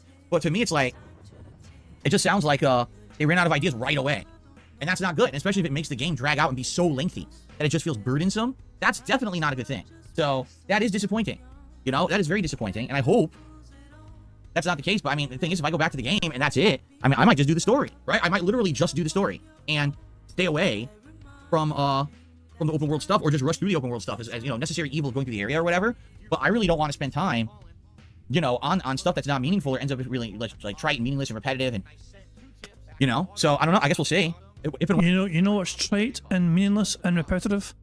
Your goddamn fucking podcasts. And yet you fucking persist with those shit every day. When I get back to it, if I get back to it at this point, because that's the thing, like, as I told you guys, everyone was like, well, your problem is you played too many RPGs too together and too soon. I'm like, yeah, but they all came out next to each other. Oh, well, you should have skipped some. Well, that's the point I'm making, though. Once you're not in that window of the game being new, pretty much no one cares about it anymore. I thought it didn't matter. I thought Phil told everyone, and oh my fucking god. Oh my fucking god. Why does he... I can't fucking believe he just fucking said that. He has spent months telling his audience it fucking doesn't matter when you play the fucking game. Because fucking people get day one reviews and get to play the game early. He has spent months telling people exactly bad it was. He said 3 weeks ago he wasn't worried about day one views. Now, it seems to have changed his entire fucking tune. I played 20 hours of Final Fantasy VII Rebirth. If I go back to it during the summertime, will anyone care? Will anyone literally be like, yeah, I'm so excited that he's back at Final Fantasy, right? Or is it going to be a case where everyone's like, this game's old now, don't care about it anymore? That's what I mean. So it's either you play it when it's new, or you might as well not even play it, right? So then I play it when it's new, and then it's, well, there's too many RPGs at once. Well, I didn't make them all come out at once. I told everyone this was going to be a problem. Everyone said, oh, Phil, it's just a problem for you. Well, guess what? Guess what? Exactly as I said was going to happen. It's exactly what happened. To a T. Not even like a variation. Exactly what I said was going to happen happened. To a T, you say? T. Really? Even to the point of Final Fantasy VII Rebirth undersold compared to what Square Enix thought it was going to do. And remember, Final Fantasy VII Remake was a ginormous sales hit for them. So they thought that this was going to be like, changing sales records and shit for Final Fantasy. And it ended up underselling. The proof is in the pudding, right? Okay. Anyway. Who fucking cares? How about you order a bunch of exotic foreign candy and try new food items every time you hit $500 or $100? This is not an eating stream. So here we go again. This is not a cosplay stream. This is not an eating stream. Do you want me to eat all day? And Cat does. No, I don't want to eat on stream all day. It's a rarity when I do eat anything on stream, right? I like to eat off stream. I like to have that stuff. I don't want to be eating snacks all day on stream. That's not going to be good for me. Trust me. Even if they're exotic snacks, that's still, I definitely don't want to be eating all day. I understand you're trying to come up with ideas, but I don't think this is a very good idea. Okay. All right. All right. So I'm checking, and just so you know, guys know, I am checking. Because typically by now, like 1 Minute Man would have tipped and it's not there, and I'm wondering if there's a delay or something. I'm just gonna double check. It's perfectly fine if 1 Minute Man did not contribute today, or is not contributing right away. But typically he does during this podcast. So I just what kind of fucking way does get the 1 Minute Man didn't come? The 1 Minute Man tip didn't come in, guys. I'm really worried and panic. Can you guys fucking make sure my PayPal tips is working? Maybe there's something wrong with my PayPal, guys. Please tip me to make sure the fucking PayPal's not broken. And it's just 1 Minute Man's busy today or something. I want to be sure that I'm not missing out on a shout out for him, because I don't know what's going on with that. Check. Sometimes I check and then it's like, oh yeah, you just didn't get the email to tell you there was a contribution. So let me double check it. Who fucking cares? But again, if there's no contribution, that's also perfectly fine. He doesn't have to contribute every day. Could have fooled me. Shut the fuck up, you cunt! Okay, yeah, so far nothing correct. So, there you go. I didn't miss it. There actually is nothing today as of now. Okay, good. At least I didn't miss it. It makes me nervous that something's going wrong. And, you know, I hate when I don't get notified. So, there you go. Okay. No problem. The way he said no problem with that fucking face. Yeah, oh, it's just, it is working. He just hasn't given me money. Oh, that's no problem. I guess that's fine. No problem.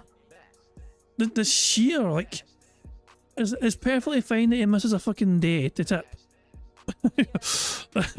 Oh my god. I'm getting asked by Colleen, are we one away? You're damn right we are one away. We have 4 free spaces. We've got the burps, we have 2 snorts, and we have the likes, which is 4 free spaces altogether. So there's 5 squares left, but we have 4 free spaces. We only need one thing to happen. We are so close to a full house. I'm going to go up to 1.75 speed. I want this to win. Wrong, you know, I hate when I don't get notified. So, there you go. Okay. No problem. Get fucked, Phil. Alright, what would you guys like to talk about? We still have a little bit, just a little bit of extra time before we adjourn the show today. So any topics, anything interesting? Nope. Boss. He's starting to say, so you consider playing a Fallout game to capitalize on the hype surrounding the IP right now? Listen, I love Fallout. I would love to play a Fallout game. We played New Vegas a few years ago. That would be off the table. We were already considering playing Fallout 3 a little over a year ago, right? I already said I would consider playing Fallout 4 again, right? We've talked about all of this. Fallout 4 is getting a next-gen update. We've won. Burger. We've won. 5 in a row. That's concerning. I had a few about this update because I followed there and the Fallout 4, yeah, and we've won. We've won. Burger. Burger. Burger. Burger. Full house? Oh boy. How exciting. Anyway. We don't have to fucking stay anymore. We're free. We're free. We are free from this fucking pain and misery he's fucking causing us. Let me update the bingo prize fund to 150 buckaroos. And now we can fucking say that we've won 6 bingos so far in the month of April. My math is all of a sudden correct. And it is now 6 bingos we won so far. Oh, great. I was just predicting the future. When I said it was 6 bingos we won so far, I was just fucking predicting the future. That was all I was doing. It wasn't me being bad at fucking math or anything. But there we go. We have won bingo. We've won a full house.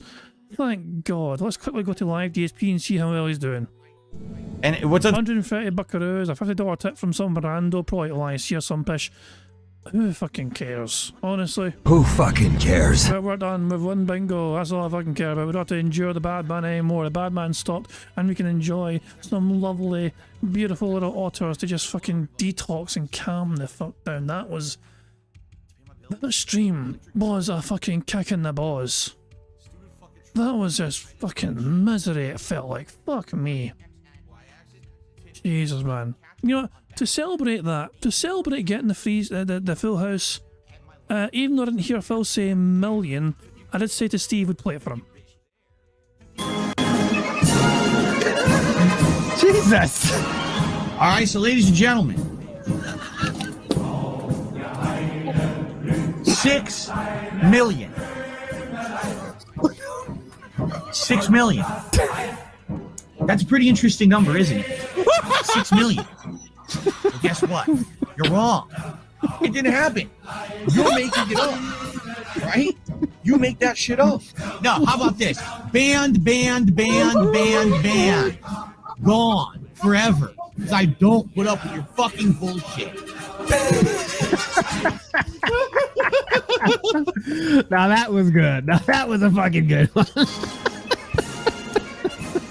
The bar's being raised. The funny part is, I told Steve I'd play that for him if Phil said million.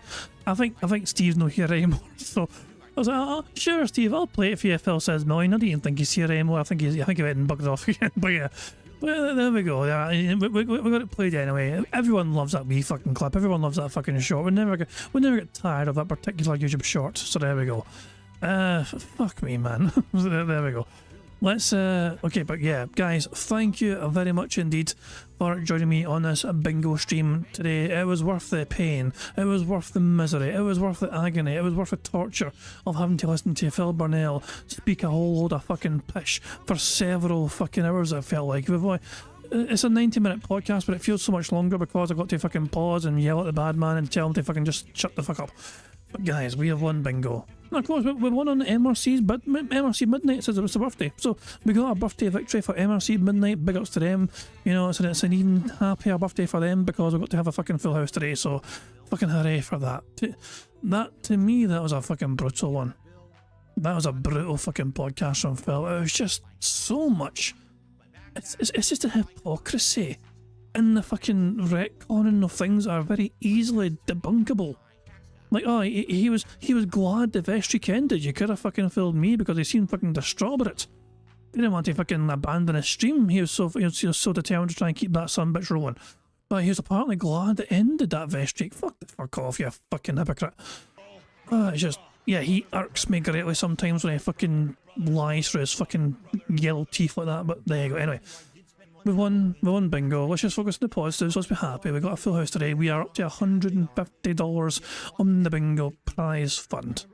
So there we go. And the best part is as well, we still have plenty of a month to go to build up that bingo prize fund even more, starting with tomorrow.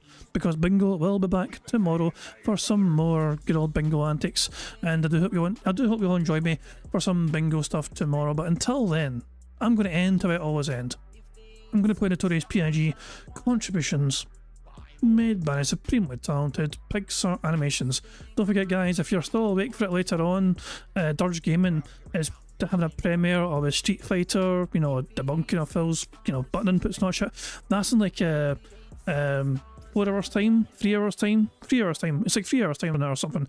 He's going to have a video live. So just in case you guys weren't aware, Dirge Gaming played his stuff earlier on, you know what I mean, showed his channel off at the start of the stream. So yeah, keep an eye out for them if you want to try and catch something later on to enjoy. But yeah, I'm going to end the stream there.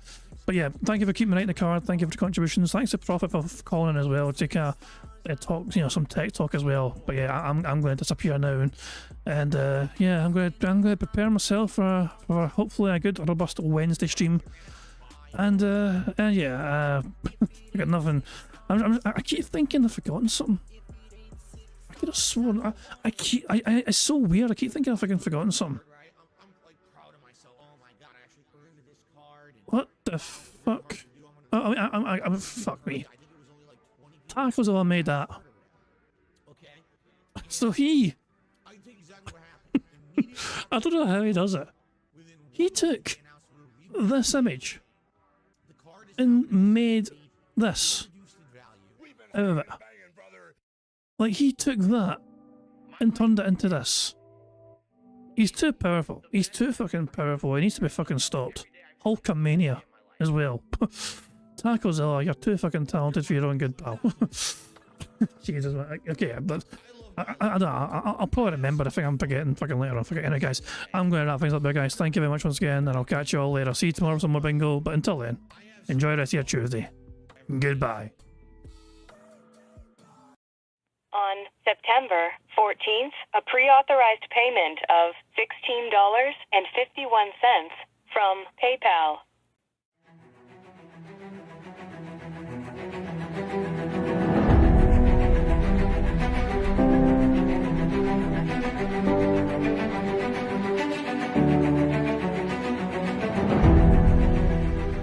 All right, Luna Mills has tipped me $1.30 and says, "I'm back. What's your favorite type of shower?" When you're showered in money. When you go outside, and all of a sudden, greenbacks start falling from the sky, and you raise your face up. You're like, oh, you start dancing. You go, oh, money, money, yeah, yeah. All right, I don't know what the hell you're talking about, but thank you for the first tip of the day.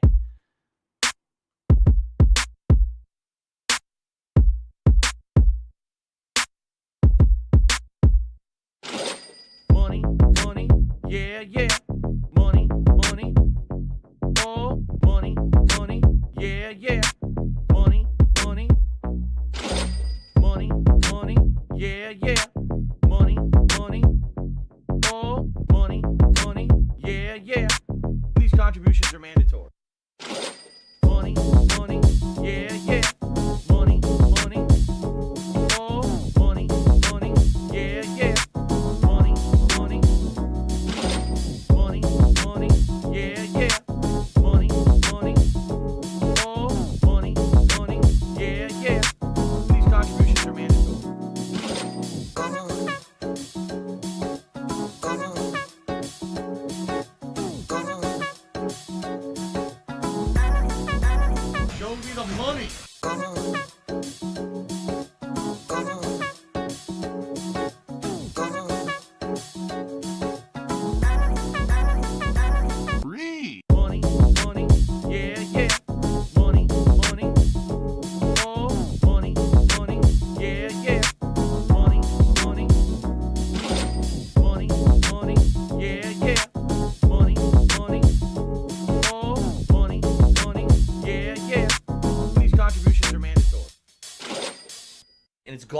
gone like that.